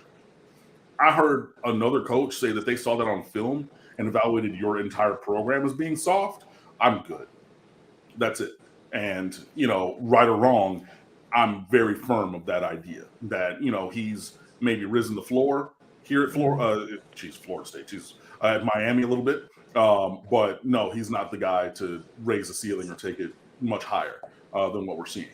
And that's for a couple of reasons. One, you don't have to play close games. I'm sorry. I know that winning is hard, but you do not have to play close games. You do not have to wait for the defense to get lined up if they blow the whistle on the other side. You do not have to give the opposition the opportunity to beat you. But we do that every week. And we have key failures where, we lost these games by 5 points and won 3 games by a combined 7 points and things like that. But again, you're barely snatching victory from the hands of defeat because you turn the ball over an aggregate of really 5 times because you had 3 turnovers and you had 2 turnovers on downs. Those count as well. So 5 opportunities that you give them the ball without scoring in Georgia Tech last week. And that's what made a blowout game into a nail biter at the end. There's no reason for any of that. So no, I'm not changing my thought process. Now, Blake James, our athletic director, came out before the NC State game and he turned down interviews during the week from multiple journalists and then called a presser or a phone conference with selected journalists. And we all know how that goes. We were not selected amongst us. No. That was the Miami Herald, Associated Press, the Sun Sentinel, and the Athletic. And then basically went on to bash Manny Diaz and distance himself from Manny, saying, I cannot guarantee, even if Miami wins out. And again, this is before the NC State game. So this is 2-4, 0-2 in the conference, Miami, not 5-4, 3-2, right? So before this winning streak. And then that Friday, the day before the game, he comes out in the media and says, well, I can't guarantee that he'll be here through the end of the year, and everything. And really just tried to get distance between himself and Manny Diaz. And, it's been asked some other times and things. And Manny Diaz has obviously been asked about, how's the relationship? It's like, me and Blake talk, we have good conversations every week. But like your boss went out to try to use you as the bullet shield for him, the meat shield for him, because Blake James has not done a great job as athletic director. Let's just put that out there. But when you have a embattled coach, you can say, hey, it's this singular coach who's the issue, not me, the athletic director. And that's the thing that, can keep your job intact. So there's still that going on. And you hear a lot of things or see a lot of chatter of things going both ways, where the wins are protecting Manny, but also there's some donors and some board of trustees people who are pushing for him to be gone at the end of the year regardless. So, is it better to win games than lose? Yes. I thought he was going to be done by Halloween because I didn't see Miami winning those games that they ended up winning. So that's extended him, at least I think, through this season. But moving into next year and everything, unless you really have a strong push from, somebody exterior and recruits that they really want to be there. And we've seen a couple. 4-star Kamari Rogers from Mississippi committed to Miami. He's a top 10 corner in this class. And his father's come out and said, hey, as long as Manny Diaz keeps his job, we're good. If not, Lane Kiffin at Ole Miss and the Pirate at Mississippi State and wherever else I'm looking, they're going to get visits and we're going to turn things in a different direction. If there's an overwhelming sentiment of that, I think that Manny Diaz keeps his job into next year, but he will be on the shortest of leash next year. And the non-conference, the schedule doesn't get much easier because you got Texas A&M, who could have the number 1 recruiting class in the country. And then you have, even though they're not what they were, and I tried to tell people before the season, this is why I wanted to get to the ACC championship game this year, because this is our opportunity, because Clemson's not like that. Right. But Clemson's on the schedule for next year as our other Atlantic crossover team. And then we're back in the state where we were when Miami unfortunately was in the losing streak against Florida State, where you got to beat Clemson and then you got to beat the mentality that they can beat you because they beat you 937-3 over the last 3 games that you played. Do the recruiting woes bother you? And obviously, Miami's going to get recruited. Yes. We all know Miami's going to get recruited. Yeah. But specifically, let me go on The this. Load More team. Miami, at least with their class, the 2022 class of people who's committed right now, it is not South Florida. And we've talked, you just talked more about the state of Miami, how Miami used to just recruit South Florida. You've got, and there will be plenty of recruits coming up from South Florida. Marvin Jones Jr. is one of them who will be up there in Tallahassee this weekend for this game. Mm-hmm. A lot of talent Is that coming up. who has been the issue for that woes? Is that one completely on Manny? Does that fall on the school? Where are the woes with that? No, that's holistic. That's everybody. That it's not just on the head coach. That's on everybody. That's on your position coaches. I mean, and that's on the recruiting base this year. There are good players elsewhere. Miami went in 3 different places to get 3 cornerbacks who were among the best cornerback recruiting class in the country. You go to Mississippi, you go to Alabama, and then you go to West Florida over in Fort Myers. Now, the kid from Alabama decommitted and then committed to Alabama because he's just like, okay, look, like, if I think that I might get to the league, let's not play games. Let's go over here. Let's join Death Row. Do that. Yeah, cool. But so Miami, even though there are corners who can play at Miami here, you get 3 All-American caliber players from Fort Myers, Lexington, Mississippi, and then Thompsonsville, Alabama. That's not bad. You know what I mean? It's just that you went somewhere else. So there's a little bit of that. And then also the guys that Miami's actually after down here have either looked elsewhere or are still in their decision process. Like, a Marvin Jones Jr., who I'd never really expected to come here, but there are many top rushers, defensive linemen down here. Nigel Kelly. Shamar Stewart from Pace. Shamar Stewart, I mean, yeah, but like, there's so many guys from down here, and they're a little bit more contemplative in their processes. So, and you're not necessarily wanting to be tied to any one area. So if I can get a Miami caliber guy, and who might even be better than other guys who are in this area, you're going to go get them. Like you're going to go and get the guy, the kid from Alabama who ended up flipping to Alabama. You're going to get Rogers from Mississippi, who's, again, another top 8 corner in this class. But yeah, overall, it's really just they're trying to be very, very selective in this class. And I always thought that this class was going to be 18 or fewer high school kids, keeping the balance for transfers. Now you add on the extra 7 scholarships for transfers this year. And Manny Diaz is talking it might be 14, 15. And then, so 1/3 from high school, 2/3 from the transfer portal, which is kind of crazy, but it changes the focus of where we're recruiting and who we're recruiting. So yeah, I'm not really like into the load more or whatever. They're like, Miami's going to get players, but it's going to look a little different, I think. And the fact that we have not been able to get guys to commit and or keeping guys to commit or be committed, that's where it's a little challenging for me. Even if you're going to have a smaller number, we still don't want to see just the misses that I think we've seen this year. Cam, I'm going to leave you now. You can spend the next 40 minutes bashing the Noles. I know you want to. I know we're going to leave you now at this point. This is your show. This is your hour. Dang, Jason, you're leaving too? I mean, this is Logan's time. Let's let Logan spend. We spent 40 minutes. No. I've got to go. I got to go to this basketball game. I don't know why they're doing this at 9:00 at night, but good God Almighty, Jesus. All right. Well, hey, we won't talk basketball. Yeah, we won't talk basketball on here. We don't want to do that because I don't want to bring that up for Cam. Yeah, not only for Mark, but also Cam too. I don't want to bring up. Miami just got 4 stars to sign today on signing day. Basketball. Florida State's been that. No. I know. But Miami's not been anywhere near that. So at least it's coming to be. There will be better competition. There will be competition. There will be competition. The ACC level basketball players. That's all. Exactly. Mark, just remember who the one guy was that wasn't just talking basketball right there. It was these 2 gentlemen right there. Hey! It started this week. So. Mark, Cam, thank you. We will thank you, Cam. We'll see you next time. Yeah, this was good stuff. Good luck to y'all this weekend. We'll see. Jason, good luck, and I hope that we run that streak up again with another new quarterback. I think it's going to be interesting. It's going to be interesting. I know y'all made a little not so I think y'all should be not so happy that Jordan Travis is playing this weekend, right? You think you'd be more nervous if Mackenzie Milton's playing? I don't really see a big difference between the two, to be perfectly honest. I don't know. I think that there's more mobility. There's more mobility with Travis, but I don't think that it's I don't know if it's even mobility. Big difference. Yeah.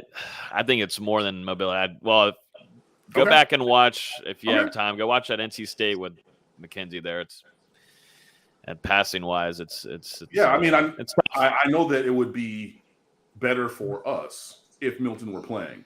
I just don't think that it is transformational for y'all that Travis is. That's all I'm saying. We'll see. So let's kidnap Milton and make sure he doesn't touch the field. Got it. Okay, cool. See you guys. All right, guys. Jason Bye, Logan. have a good evening. Awesome. Thanks, guys. Bye. All right. And then there was one Highlander. Yes. Back to normalcy here on our 7 to 8 hour here with the orange on the banner. Cam, usually I think just the way it sets up when I bring in Cam initially, he sets up on the other side. But so that's the only thing I can say. Maybe not. No, I guess not. I just have the studio set, so it looks the same to me. I'm not looking at the YouTube, the public facing version, but whatever. Hey, all right. Either way. So, folks, Miami fans, you've got the floor, you've got the stage to yourselves with, and hope you enjoyed that. I do. I like to hear rival media get together and just chop it up. I enjoy that. So we got Cam for the next half hour or so. So leave those comments and those questions. And meanwhile, we will, unless there's something that has to be hit on that's newsworthy, I'll just take you back to Georgia Tech and hit laying the ball on the ground 3 times. Tyler Van Dyke, no picks, so no interceptions, but 3 turnovers via the fumbles. Jalen Knighton had a big game. Yeah, as you stated, that was the first thing. So this is the first, aside from Central Connecticut State, this is the first Miami game I have not seen this year, or at least watched, the 30-minute extended highlights, something. Right. And so I immediately went to the box score as I was tracking the game, watching other games, the score being tight. But then I go to the box score, and to the point that you made initially, when you look at the trio of your number one QB, RB, and wide receiver and see those numbers, you're like, what was going on here? Yeah. It was it was the turnovers, man. And again, I'm counting the turnovers on downs. It's 5 of them. 2 turnovers and downs and the 3 fumbles. But y'all can hear me, right? Oh yeah. Oh, gotcha. Cool. Just make sure. But you just let them hang in the game with that, and again, letting them convert so many 3rd downs and 4th downs, and then not converting ours at the kind of rate that we should have, not even to the rate that they had allowed, because they were bad on 3rd down defense and terrible on 3rd down offense, but we allowed them, to be better in both of those than they had ever been. You turn the ball over 5 times, including the turnovers on downs, because those count, and it's just, again, you're finding a way to make a game close that had no business being close at all. And if you look, again, blindly look at the numbers here. I'm just going to go down numbers. Total yards, 563 to 329. 3 penalties for 35 to 8 for 77. 24 first downs to 15. 7.4 yards per play to 4.7. 17.7 yards per completion to 9.2. 5 for 6 in the red zone. Other team didn't even get in the red zone. You know what I mean? And all those, I started with the Miami. Miami had fewer penalties. Got in the red zone 6 times. They didn't get in the red zone at all. So how did they score? Explosives from outside the red zone. You know what I mean? If you look at those numbers, that tells the story of a blowout. Those are numbers from 52-10 against Florida State last year. That's the kind of numbers that this game had. The raw statistics and even the advanced analytics. The field was so tilted in Miami's favor. except you turn the ball. And now you have a game that's close, and you don't need to have that. There's no reason for that. Absolutely none. You fumble consecutive plays across 2 different possessions. Then you have 3. It was really, really atrocious. And yeah, it let them hang around. And I tweeted it, and luckily we found a way to win. But I said it, and other people said it. This is how you lose. Exactly what we're talking about. That's how you lose a game to an inferior team. And I know that there was a random Georgia Tech site with 300 followers, bless your soul, who quoted my tweet, and it was I'm like, I got 38,000 followers, miss me with that. He's like, well, who's the inferior team? Georgia Tech, clearly. It's not close. And if you look at the game and look at the score sheet, for everything except the final score, it's not close that they're the inferior team, except for the superior team gave them the ball without scoring 5 times and let them hang around. And also let them score on explosives, because, again, you did not even have to play red zone defense. Not a single snap of red zone defense in that game, because they didn't march the field. They didn't get the ball at the 25, and they had a 13-play, 75-yard. They did not march the field. But what they did is they took up chunk after chunk after chunk, and that's how they scored, because they knew they had to go for the chunk plays. And that's what concerns me against Florida State, because Florida State is not necessarily going to walk down the field and have a 13-play, 75-yard drive. But what they will have is that one run that creases you for 83. They will have that. So that's where the question from Jason, are you a little concerned about, Florida State hanging around? Yes, because we've seen even last week about Miami giving up explosives to another team who is not as talented as Miami, which Florida State, transparently, is not as talented as Miami. But if you cannot curtail the explosive plays from going all the way to the full distance, then you're going to let them hang around. And God forbid that you turn the ball over a couple times up there in Doak. Now you're going to be in a dogfight, which should not be a dogfight. So, yeah, that's where I have a little bit of pause to just the outright, celebration of beating Florida State. Now, do I expect and will predict Miami to beat Florida State? Absolutely, 100%. Am I going to be as outlandish? I wasn't even outlandish, because last year I predicted 47-17, and I actually undersold what the margin was, because I went back on the site and I looked at it as I was preparing this year's roundtables. So I said 30 points, and then it ended up being more than that. It ended up being 42, right? So I was in the ballpark, but still a little bit more conservative than that. There's no way I'm, picking a 30-point margin in this game in predictions or anything. But I do think that Miami's a better team, and I do think that they should win. But again, it comes down to Miami against Miami and against the standard of excellence, because Miami versus Miami in the standard of excellence last week. The standard of excellence is do not fumble the ball, right? We did not play to that standard of excellence. The ball gets turned over. It becomes a close game. Convert your 4th and 1s. Maybe run something other than inside zone from shotgun on 4th and 1. Maybe, quite possibly, that could be advantageous. We don't do that. We turn the ball over on downs with a short field and let them get the ball and then hit explosives and then be competitive in the game. On the ways where we did not meet the standard for excellence, that's what kept the game close. Now, where did we hit the standard for excellence? Tyler Van Dyke's passing. Now, there were no interceptions, but there were 2 interceptable passes that were very need to get rid of those, because a better team probably picks those off. And even at Florida State, a couple of players who were a little bit better than the players who were in pass coverage against Georgia Tech, maybe they pick one or both of those off. So let's eliminate those interceptable passes. Even though none of them were caught, we still don't want to necessarily see those. So let's get rid of those. You know what I mean? And the running game, 30 carries for 162 and a touchdown for Jalen Knighton, that hit the standard for excellence. That one fumble did not.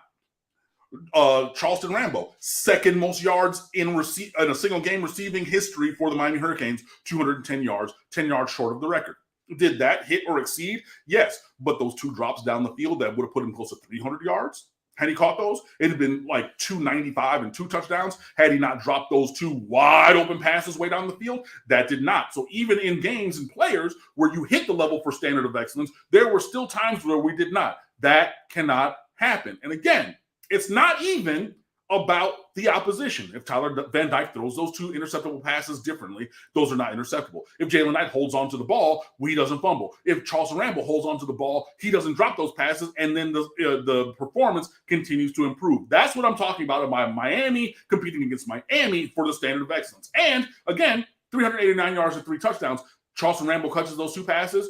Tyler Van Dyke's well over 400 yards, over 4, maybe 5 touchdowns. And another record-setting day for a current record-setting quarterback. That's what I'm talking about it being Miami against Miami, because those drop passes were wide open. That fumble, twisting and turning and doing whatever in the middle, there was no need for that. The interceptable passes, okay, it's a pass thrown down the field, but maybe you just need to be a little bit more accurate with it. And he's been very accurate. But again, we need to do better. The missed tackles reared their ugly head a couple times. Jameer Gibbs got loose. Their number 2 running back gets loose up the middle for 71 yards because our linebackers have no idea what a run fit is. They're in the C gap and he's running up the middle of the A gap because I'm flowing to my left for why? Because there's somebody here already. There's the will linebacker who's in the B gap, or he's in the C gap. I should maybe be in the B gap, but I should be peeking backside for the cutback for the A gap. No, I'm running way over there. For what? For what? And you're talking Manny Diaz about, oh, guys don't know the defense. Right there, again, your linebackers did not meet the standard for excellence. If you're in your position to do that job, then the job gets done. Now you want to talk about, oh, James Williams is out of position. James Williams is playing 2 high safety on the field side. It's not his job to be there to make that tackle. Oh, well, he should have seen what? That guys at every other level of the defense were doing the wrong thing. James Williams is a great player, but he is not the panacea for all that ails the defense. And again, if you do your job and meet the standard for performing excellence, then these things do not happen. And that's where, for Miami, we need to look at the mirror about Miami. I don't care who's on the other side. If we do what we need to do in very clear ways, and there are more of them than I've just mentioned in this soliloquy, then Miami will be okay. But if they don't, then you're going to let an inferior team like Florida State hang around, and I don't want that.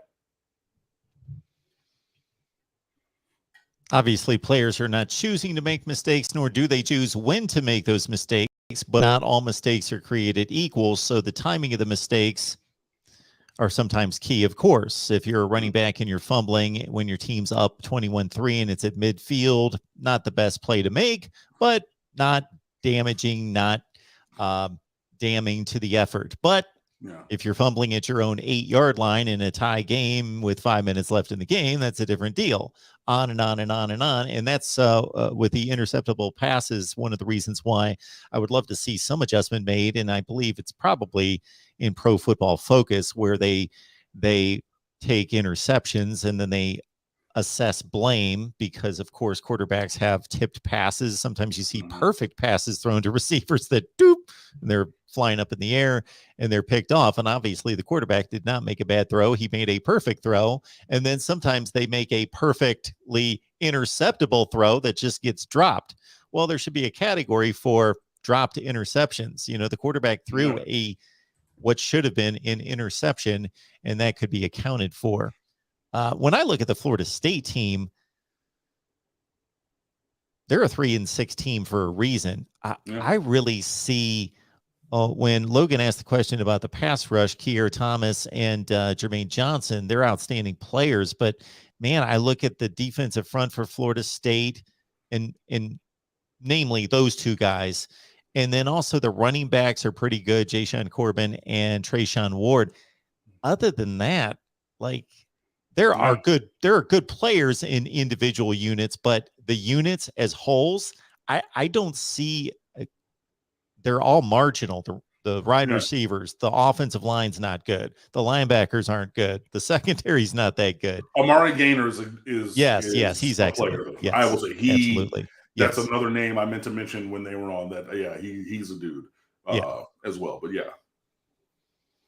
no, absolutely. I mean it's. You know, the talent on their roster is not where it once was. But again, this is why Miami should take advantage and have another win in this series to run into 5. Falcon Rex, always. Thank you for the super sticker.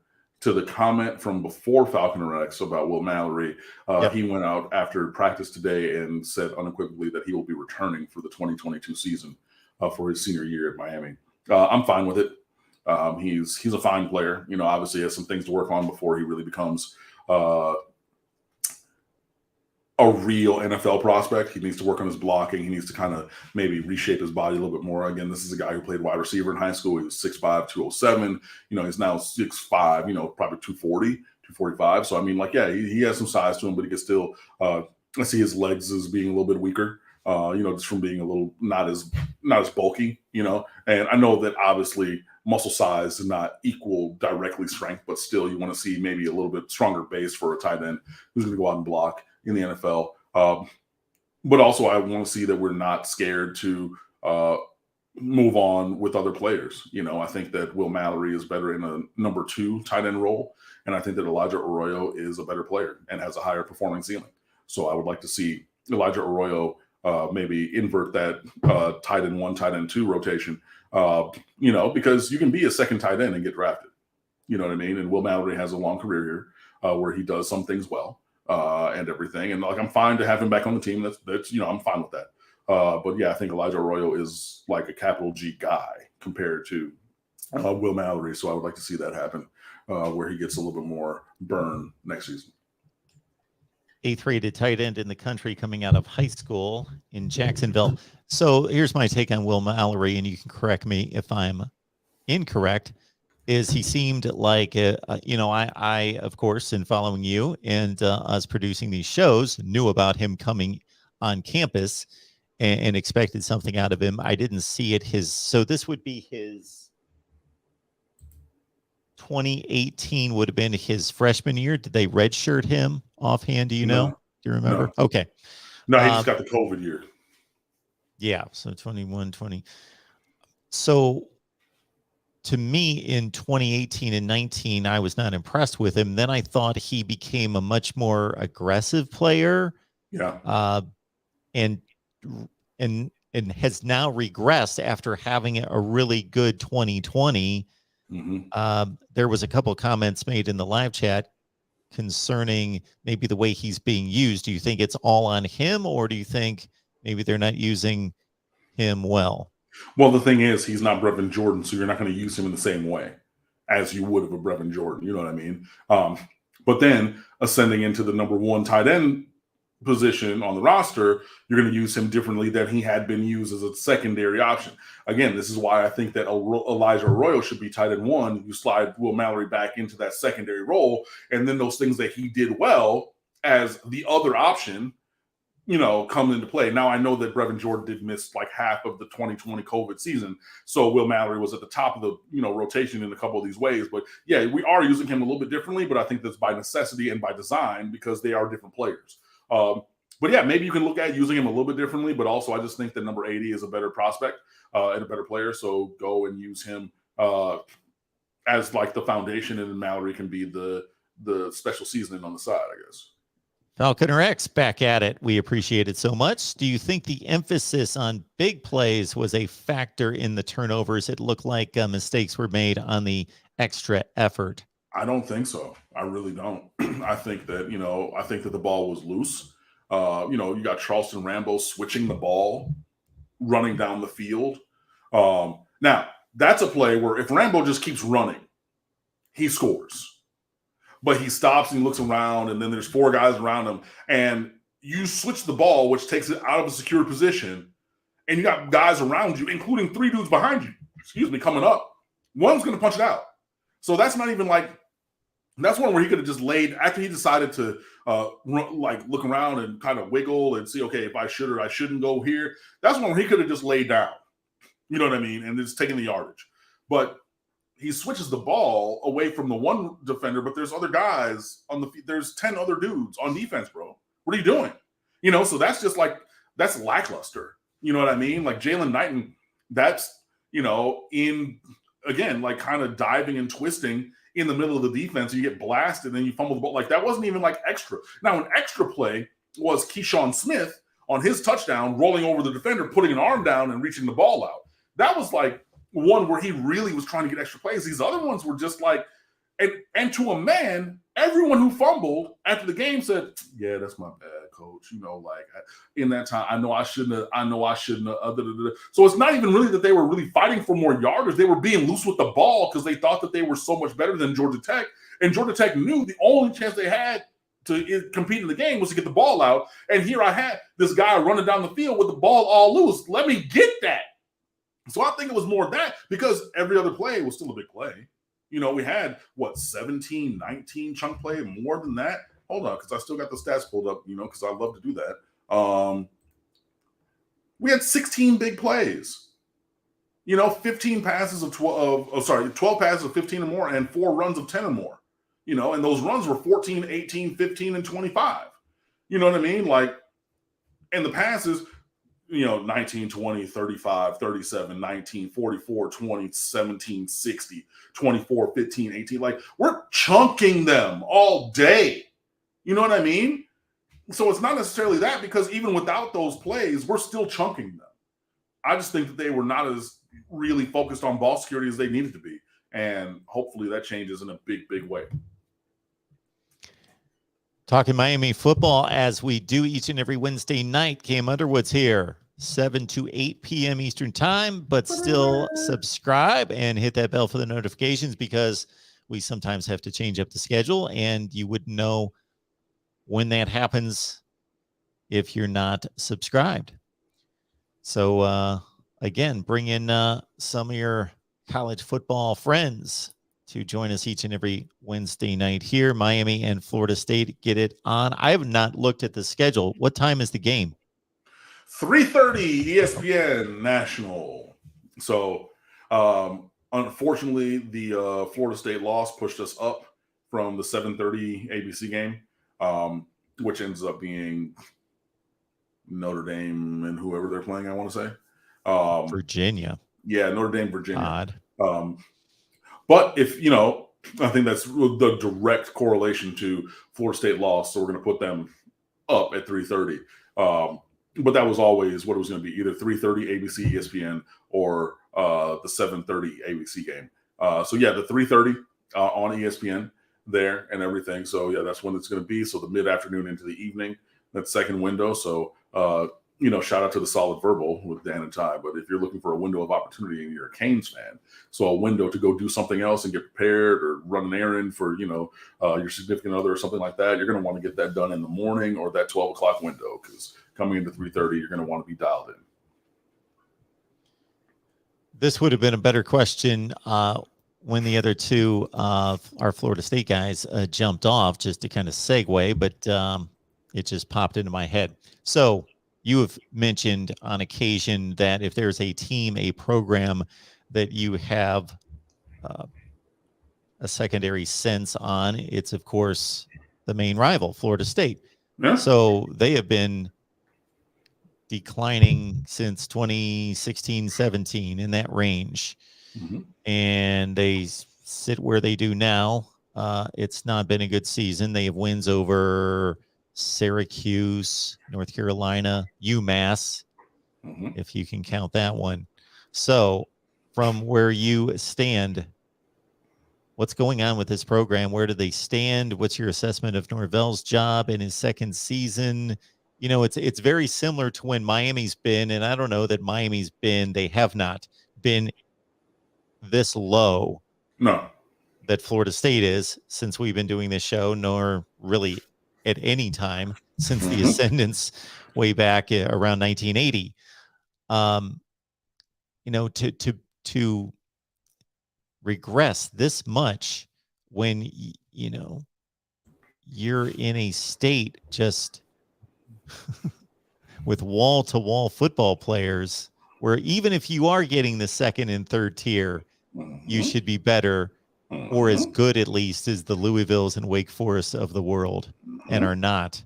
What's your assessment of where they stand? Number one, they play too many away games in recruiting. They tried to overshoot their status, even as a national team, as a super national brand. So I'm not saying that they're not a national brand, but when Jimbo was there, they really took a focus away from South Florida, away from, you know, the North Florida, South Georgia area, because South Georgia is Florida State territory. Like, I just saw there's a Miami fan who goes to every away game at Florida State. And he's like, I stay in this town in Georgia. Thomasville, Thompsonville, something like that. He's like, I stay at this little town in Georgia every year. I get my hotel up there. And, you know, so he's going to go see Miami's quarterback commit play in the playoffs for Valdosta up the road about 45 minutes. But that's all Florida State territory, right?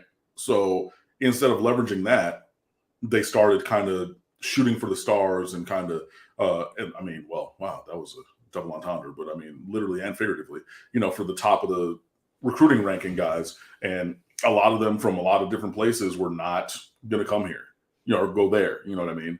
So that's where it starts for me. And then, yeah, they just really kind of oversold their position, and it's, I've talked about the decline of Clemson, even though they're not as low as Florida State at all. But it's the same thing that went through Florida State. You had generational talent at running back.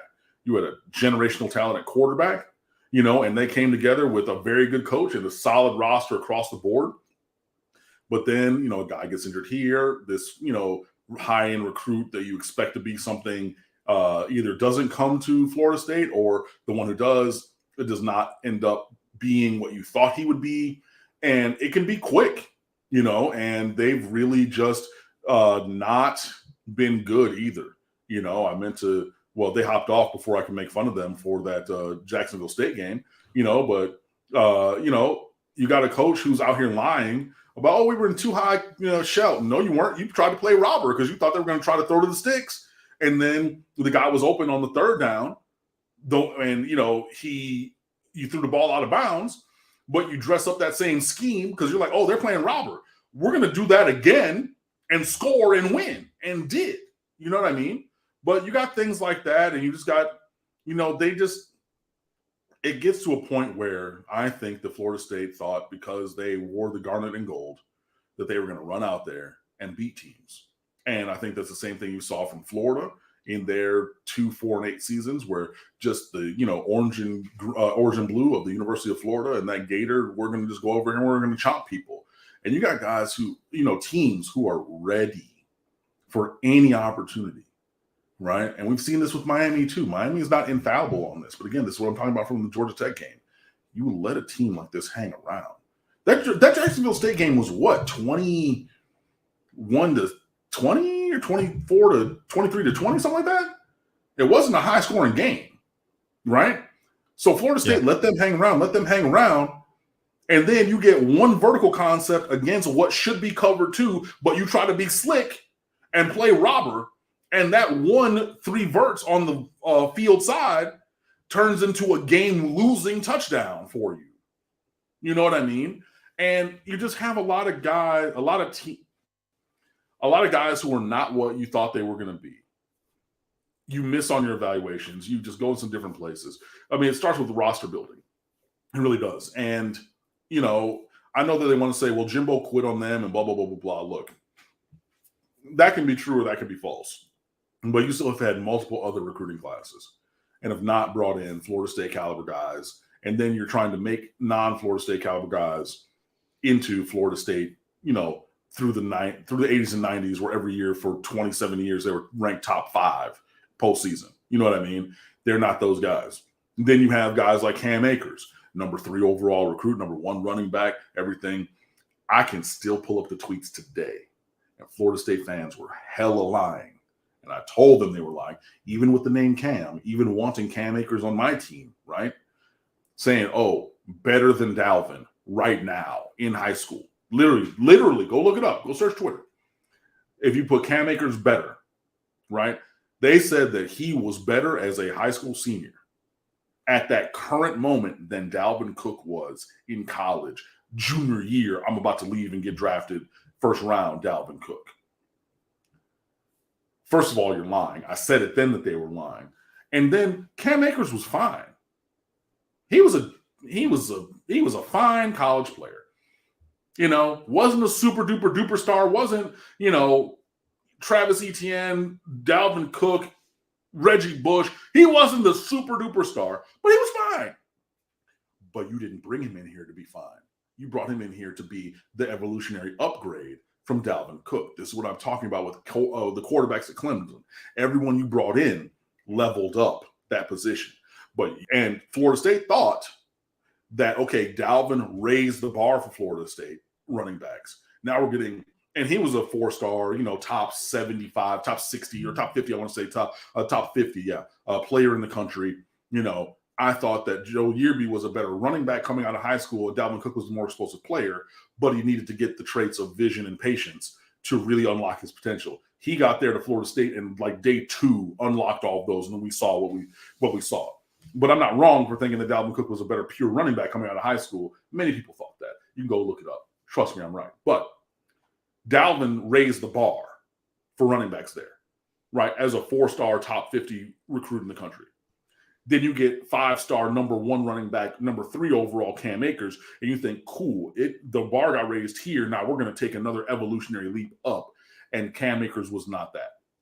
And in several other places and several other players, you try to have that same progression of recruiting great over great and time over time and things like that. And it just simply wasn't. And even if you're okay, that's fine. But we didn't plan on you being okay. We planned on you being evolutionary, transformational. And that didn't happen. And in so many areas. And then they just obviously have not really been very good at quarterback. And a lot of those things where you are deficient in some areas on the roster can get overcome when you have a good quarterback. You had a great quarterback. You had a legendary quarterback in Jameis Winston. Legendary college quarterback. You haven't had anything. I mean, when was the last time that they had a league average quarterback since Jameis? DeAndre Francois would be the last quarterback that I thought was a good quarterback. Yeah. I mean, and he's real B-flat basic. Hornibrook did his best work at Wisconsin for sure. You know what I mean? Mackenzie Milton as, a bionic James Blackman. Yeah. Blackman, was a recruit that Miami, I thought, could have gone after as a developmental guy. And I wrote it, in my recruit profile for him. If you looked at James Blackman in pieces, you could have had a 2-star, 3-star, 4-star, or 5-star. If you're looking at build, if you're looking at experience, if you're looking at vision, if you're looking at that arm, you could literally rank him if you're looking singular trait-wise at multiple different things, 2, 3, 4, or 5. Easy to see. That arm was the 5-star thing, though, because that man could sling the ball. Oh, buddy. But ends up being, below. I mean, what the baseball term, value over replacement player, the VORP. He was a negative VORP. He's not even a replacement level, basic, average kind of quarterback. Mackenzie Milton with the bionic leg, he's nowhere near the player that he was. Now, if you had UCF pre-injury Milton, oh, buddy, cancel Christmas. That's a problem. But unfortunately for him, he had that catastrophic injury. Yep. And he's not that guy anymore. Jordan Travis, I know that, Jason and Logan were saying, hey, it's better for them that Travis is playing this week than not. And I agree. But is he transformational compared to Mackenzie Milton? No. Is he better than Milton? Absolutely. Are they going to try to really, really lean into the things he does well and hope that some of the things that he doesn't do well, he does better against Miami than he's ever done, i.e. throw the ball down the field, i.e. fit the ball into windows, i.e. creating things in the passing game and elevating the running game as well? Yes, because that set of things happening is how they can win, by having all of those things be elevated to a level that we've not seen. But no, he's not transformational in terms of him versus Milton. Is it better? Yes. Is it that much better? No. You know what I mean? But across the board for Florida State, they've had some average play from guys that they've really looked to be those program foundational kind of guys, especially on defense. Oh my God, they've missed on so many dudes on defense and over the course of time. And I think that that's really where it's been. And again, it's very similar, even though it's different positions, but it's very similar to the early part of the decline of Clemson that we're seeing right now. Yeah, Jordan Travis, when I watched him throw the ball last year, I could not believe that I was watching a starting quarterback at Florida State. I was thinking he's a running back playing quarterback. He just does not have the passing skills. I'm not going to break it down.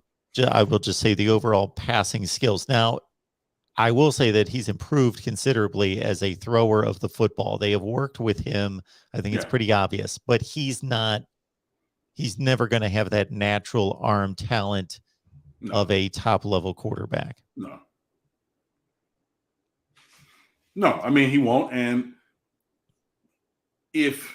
for Miami, we need to take away the other things to try to make him do that. You know what I mean?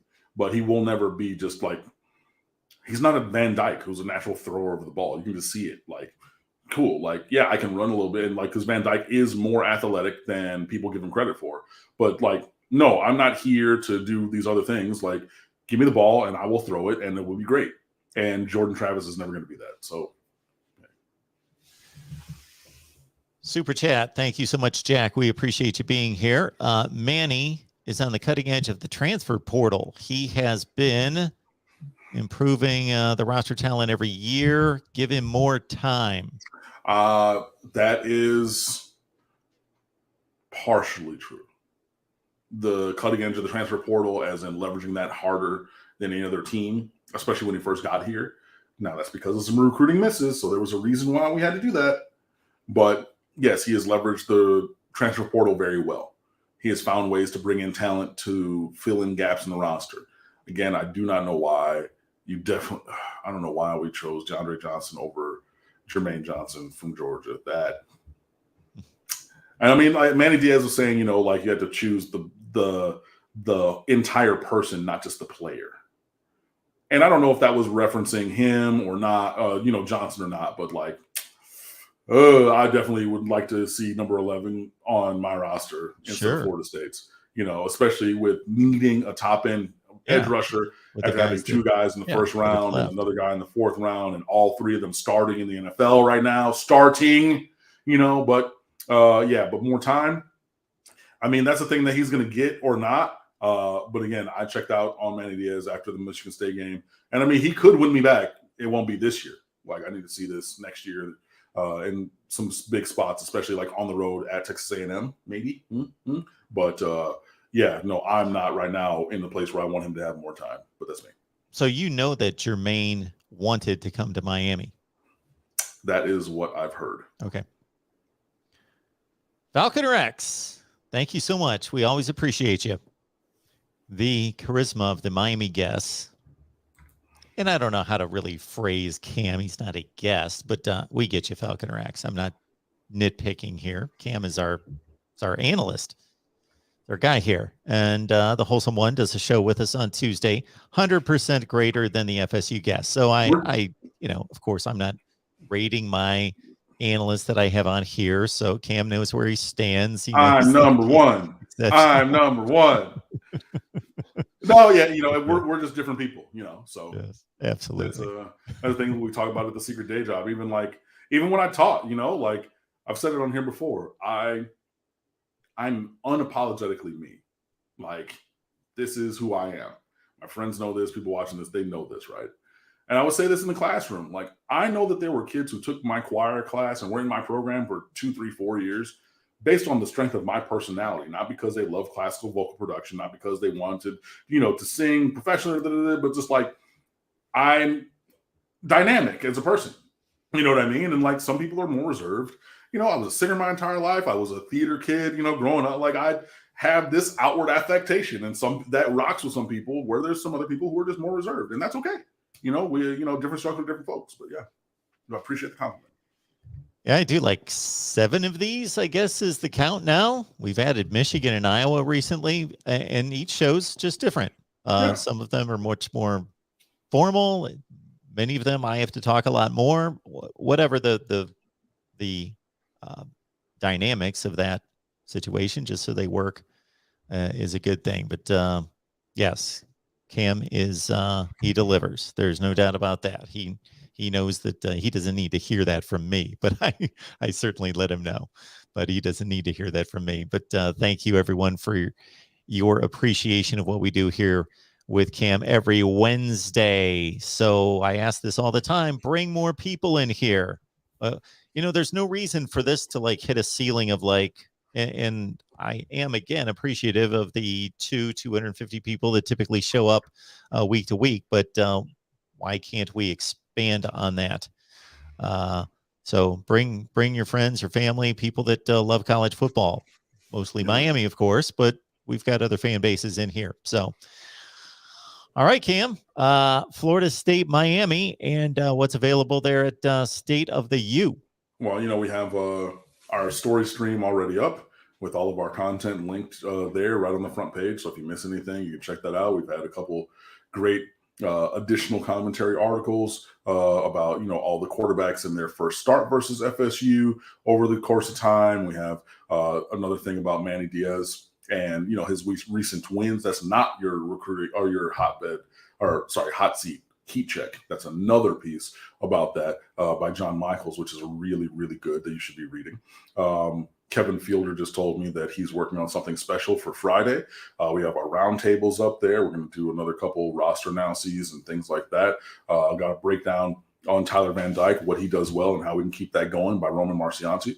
Going to have a film preview. Going to have questions and answers. We're going to have a whole bunch of stuff. So we always blow it out for Florida State Week over on State of the U. So be sure that you rock with us. We're going to have so much for you. I've already had a lot for you. So, you know, we'll have even more. So Instagram, Twitter, and Facebook at The State of the U. The website, always open 24/7, 365, is stateoftheu.com.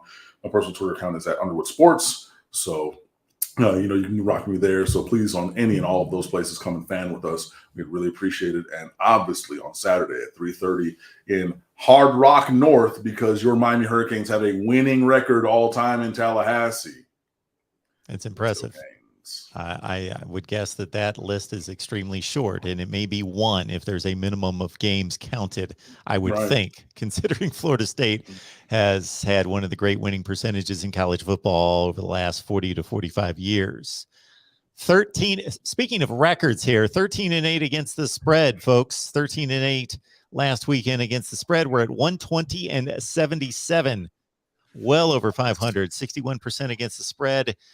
If you do this math, Cam, I don't know how much you're into wagering, but if you put $100 on any game against the spread, so if you bet the money line, which is just selecting who's going to just win the game, obviously the payout varies depending on, but if you bet against the spread, it's almost consistently 91 cents on the dollar.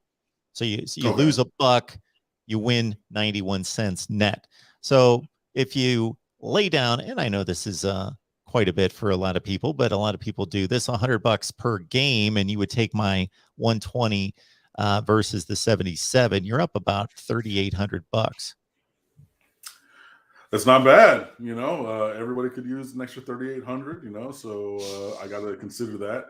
Our guy, Craig T. Smith, went 8-1 against the spread last week. Wow. Unfortunately, that's crazy. The one loss he had was Miami against the spread of the 9 picks that he had. Yeah. So I think that he's back up to he does fewer picks than Mark does. Yeah, because you're at 21 or, you know, more picks per week. So he's doing half the number, but still at that same kind of a record rate where he's 65 to 70% on his picks against the spread. So, you know, in both places, man, check it out. You know, we have a partnership with DraftKings over there on State of the U. So obviously we'd love it if you partnered with that. But hey, even if you did that at DraftKings or whatever your favorite book is, you know, if you bet with Mark 120 to 77, those numbers speak for themselves. So either way, definitely get in where you fit in. And hey, if you got a couple extra dollars and you're into such things, you know, hey, maybe check it out. If you are. Cam, it's always appreciated. Enjoy the game this weekend, and we will see you back here. I will do. So we'll talk to you guys soon. All right, have a good one.